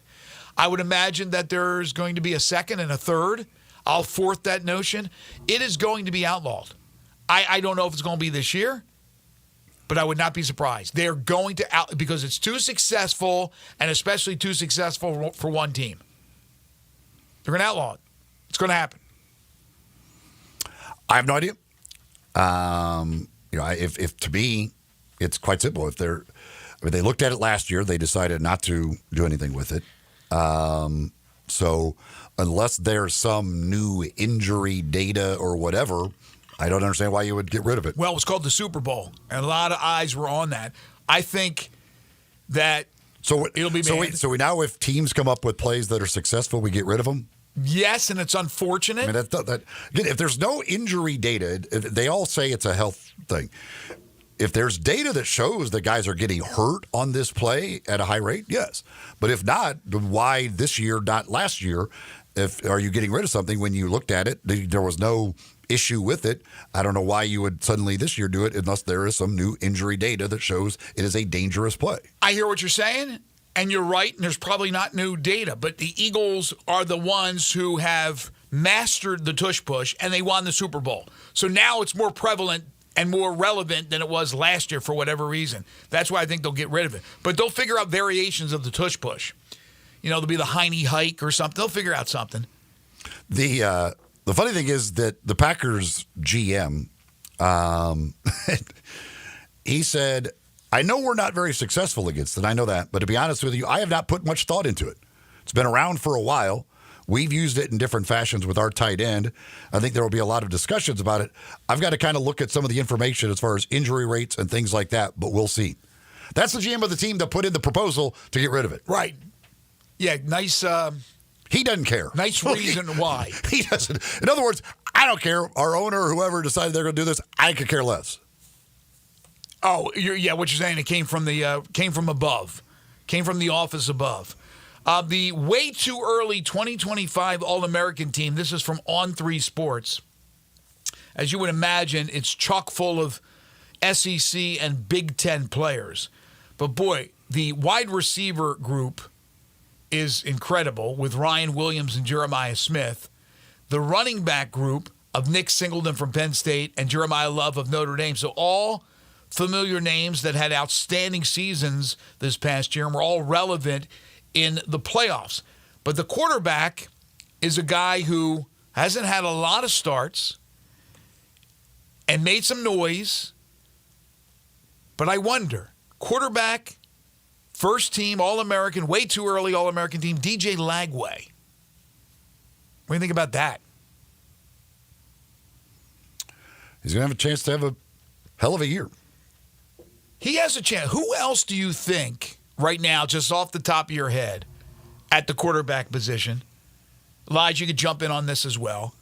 Who are we talking about for maybe the top 4 or 5 quarterbacks in college football? Is Quinn Ewers not a part of this discussion? Ewers should be. What about Lenore Sellers from South Carolina? I like him, but I Quinn Ewers or Arch Manning? You mean Arch Manning? True. Oh, gosh, what did I went with you as well with that. Yeah, Arch Manning, but Arch Manning hasn't played a lot. He's been in the games to basically run the ball, but we know what kind of ability he has. Arch Manning certainly, but I wouldn't put him as a first teamer right now. He hasn't done anything. Lagway has actually played some games, started some games, has looked good. Sellers, I like. I think there's a little bit of inconsistency. Who else is Nussmeier? I mean, it's Nussmeier. Whoever the quarterback at Ohio State is, because he's throwing Jeremiah Smith. Who is it? Doesn't matter. You're throwing Jeremiah Smith. I don't care who it is. Nussmeier faded at the end of the season, as did LSU, but I liked his he has a good arm. His father, by the way, just got a job with the Saints, so he's not going to be far from his son in Baton Rouge. I'm sure there's some other quarterbacks around the nation that we're not coming to mind at the moment, and maybe some newcomers as well. But yeah, it'll be interesting. But that's my point. Was again, they throw in DJ Lagway first team. He may very well be when it's all said and done. But I think a little bit too much stock in the Lagway, and I want to see more. I want to see more from those guys, especially guys who haven't played much, like an Arch Manning. Mark Murphy, the president of the Packers, he's been there forever, hasn't he? In a Q&A he did on their website, talking about the tush push, said, "I'm not a fan of this play. There's no skill involved, and it's almost an automatic first down on plays of a yard or less. The series of plays with the Commanders jumping off sides in the NFC Championship game to try and stop the play was ridiculous. I would like to see the league prohibit pushing or aiding the runner on this play. There used to be a rule prohibiting this, but is no longer enforced because I believe it was thought to be too hard for the officials to see. The play is bad for the game. We should go back to prohibiting the push of the runner. This would bring back the traditional quarterback sneak. That worked pretty well for Bart Starr and the Packers in the Ice Bowl." Okay, we're going back to the Ice Bowl. Ice Bowl reference. If it's such an automatic first down, back in the 1940s. If it's such an automatic first down, why don't you just tell your coach to use it more often and you guys do it and get your first downs all the time? Yeah, it's pretty obvious who came up with it. It was Murphy. Murphy hates it. Murphy doesn't want it. But I'm telling you, he's not going to be the only. The Packers aren't going to be the only team when it's all said and done. Well, they got to get 24 of 32 to vote. So. I still think there's a good chance. We shall see. Again, the injury data, and they may come up with some injury data. Again, there may actually be injury data. I don't know. I don't remember any guys getting serious injuries on that play. I think you're right about that. But if there's not injury data showing that it's any more dangerous, I don't see why you get rid of the play. Elwood Shack, folks, when it comes to breakfast, lunch, dinner, that's right, breakfast too, but lunch, dinner, every meal of the day, when you're looking for great food, Elwood Shack has plenty for you to choose from, something for everybody on that menu. So I'll post from them on social media today. They had all of their different hot dogs lined up, 10 different hot dogs that they've got, all kinds of different, from the Chicago-style dogs to whatever it is you're looking for in the world of. That's just hot dogs. That's just the hot dogs on the menu. Not to mention the burgers, the tacos, the pizzas, all of the different sandwiches that they've got, their barbecue, so many different things, and it's absolutely delicious. All of it, absolutely delicious. And yes, they do serve breakfast daily at both locations of Elwood's Shack. That is from 7 a.m. until 10:30, Monday through Saturday. Sunday, they open up just a half hour later at 8 o'clock. On the weekends, there's an additional brunch menu as well that's available from 9 until 3 over at the Park Avenue location. That's the bigger location, the newer location. They've got a full coffee bar over there for all you coffee lovers. Full coffee bar at the Park Avenue location as well. They use a lot of local products, including the J. Brooks coffee beans. They do a lot of different things things with local folks around town over at Elwood Shack. They've got the 2 locations, 4040 Park Avenue. That's the newer location. That's the bigger location. The original, 4523 Summer Avenue. That's in the Lowe's parking lot there at Summer and Perkins. Absolutely fantastic food for breakfast, lunch, and dinner. That's where you'll find it, Elwood Shack. You go to elwoodshack.com where you can order online, check out the menu, and everything else you need to know about Elwood's Shack. The Grizzlies and the Suns tonight at FedEx Forum. We'll talk about that when we return. Our final segment is coming up. This is Sports 56 Mornings with Greg and Eli on Real Sports Talk, Sports 56 and 98.5 FM. Broadcasting from the Family Leisure Studio, we are Sports 56 and 98.5 FM.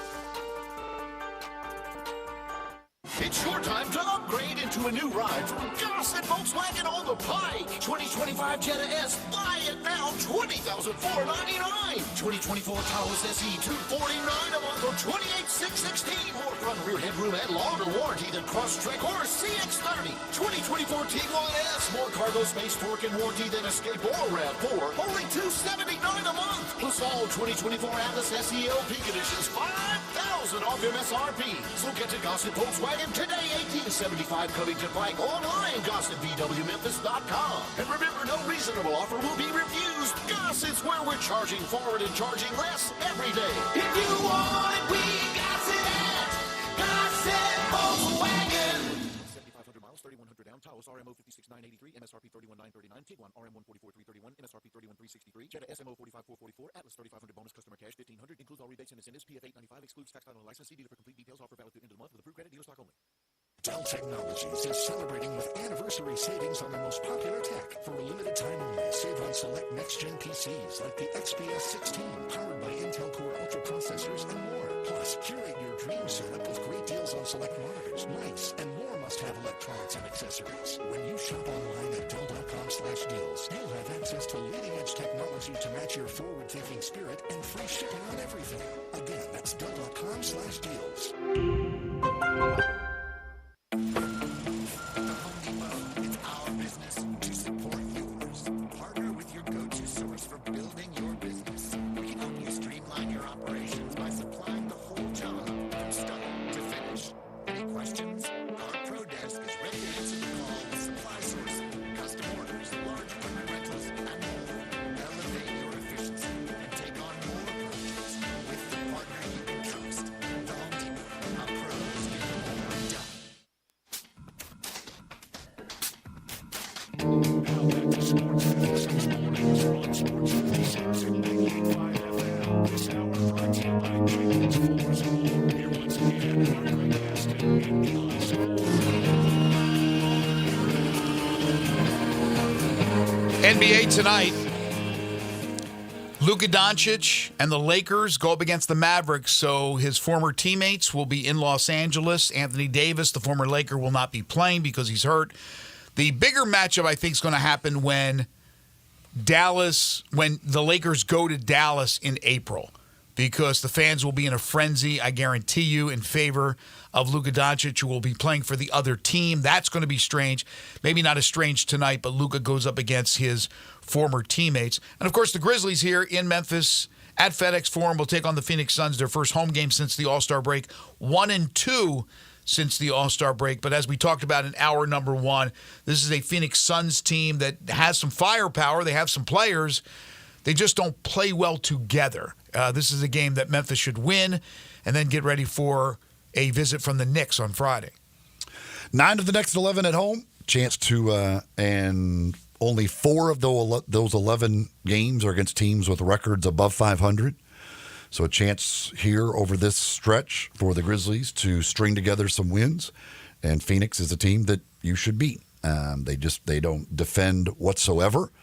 Grizzlies' highest scoring team in the league. They should be able to put up a lot of points against this Phoenix team tonight and hopefully get a win and get set for Friday's game against the Knicks. Pat Forty just dropped a story at SI about the gambling situation with college basketball / NBA and the whole ring and who's involved, people from out of the country. And I just read the headline of it. I haven't had a chance to read the story. But they're talking about a possible connection with, Jonte Porter and what he was doing with some of the college games that have been in question. And there have been now several different games involving several different teams over the last couple of years that have been in question. The latest, and I'm not sure if this is one of the teams that they're talking about because, again, I haven't read the article, but just a couple of days ago came out with the news from Fresno State that Fresno State had suspended two of its top scorers, removed a third player from the team amid reports that they are a subject of gambling investigations. The school said in a statement that Jalen Weaver and Zayon Collins are being withheld from competition as the university reviews an eligibility matter. ESPN.com reported that Michael Robinson, who has not played since January 11th, is no longer on the team. Fresno Bee initially reported on an internal investigation at Fresno State. School officials then contacted the NCAA, which is also conducting an investigation. Fresno State, by the way, 5-23, 1-16 in the Mountain West, has already broken the school's single-season record for losses. So again, not sure if that's connected with the games and the teams that Forty's talking about in his article, but it may very well be. Final text here on the Tush Push texter text in says, another year of data creates a more robust sample. It's possible there weren't enough injuries to be considered statistically significant with such a small sample size. Not saying there will be significant findings from another year's worth of data, just saying it puts more data points on the graph, which can more clearly show a correlation. Yeah, again, if there is a thing that if they come up with the idea that it is a dangerous play, certainly I understand that that would be a reason to get rid of it. But if it is not deemed to be a dangerous play, if there's not that information that tells you there's more injuries being caused by this, then I don't see the reason why you would get away with it or get rid of it just because. And Mark Murphy's point, it takes no skill. Well, if it takes no skill, why is one team better at it than everybody else? It's because of the competitive advantage that they have. They won the Super Bowl, not just because of the tush push. That's why I think they're going to get rid of it. Again, teams come up with successful stuff all the time. I understand. And again, they usually find a way to eliminate it. If there is no skill, every team should be as successful as the Eagles. I hear you. There is no skill to it. Just do it. All right. By the way, I'm looking at that report now from 40. Temple, couple of other schools, does not mention Fresno State, so that's something separate altogether. That's going to do it for us today. I want to thank Connor O'Gara and Steve Sands for joining us on the program. Tomorrow, Tim Cramsey, Memphis Tigers OC, Jerry Palm from CBS Sports, DeMichael Cole on the Grizzlies from the Commercial Appeal, and Parth Upadhyay on Memphis Tigers basketball from the Daily Memphian. Waldo and Friends on Sports 56 is coming up next for Eli Savoy and for Elijah Seegers. I'm Greg Gaston. Have a great day, everyone.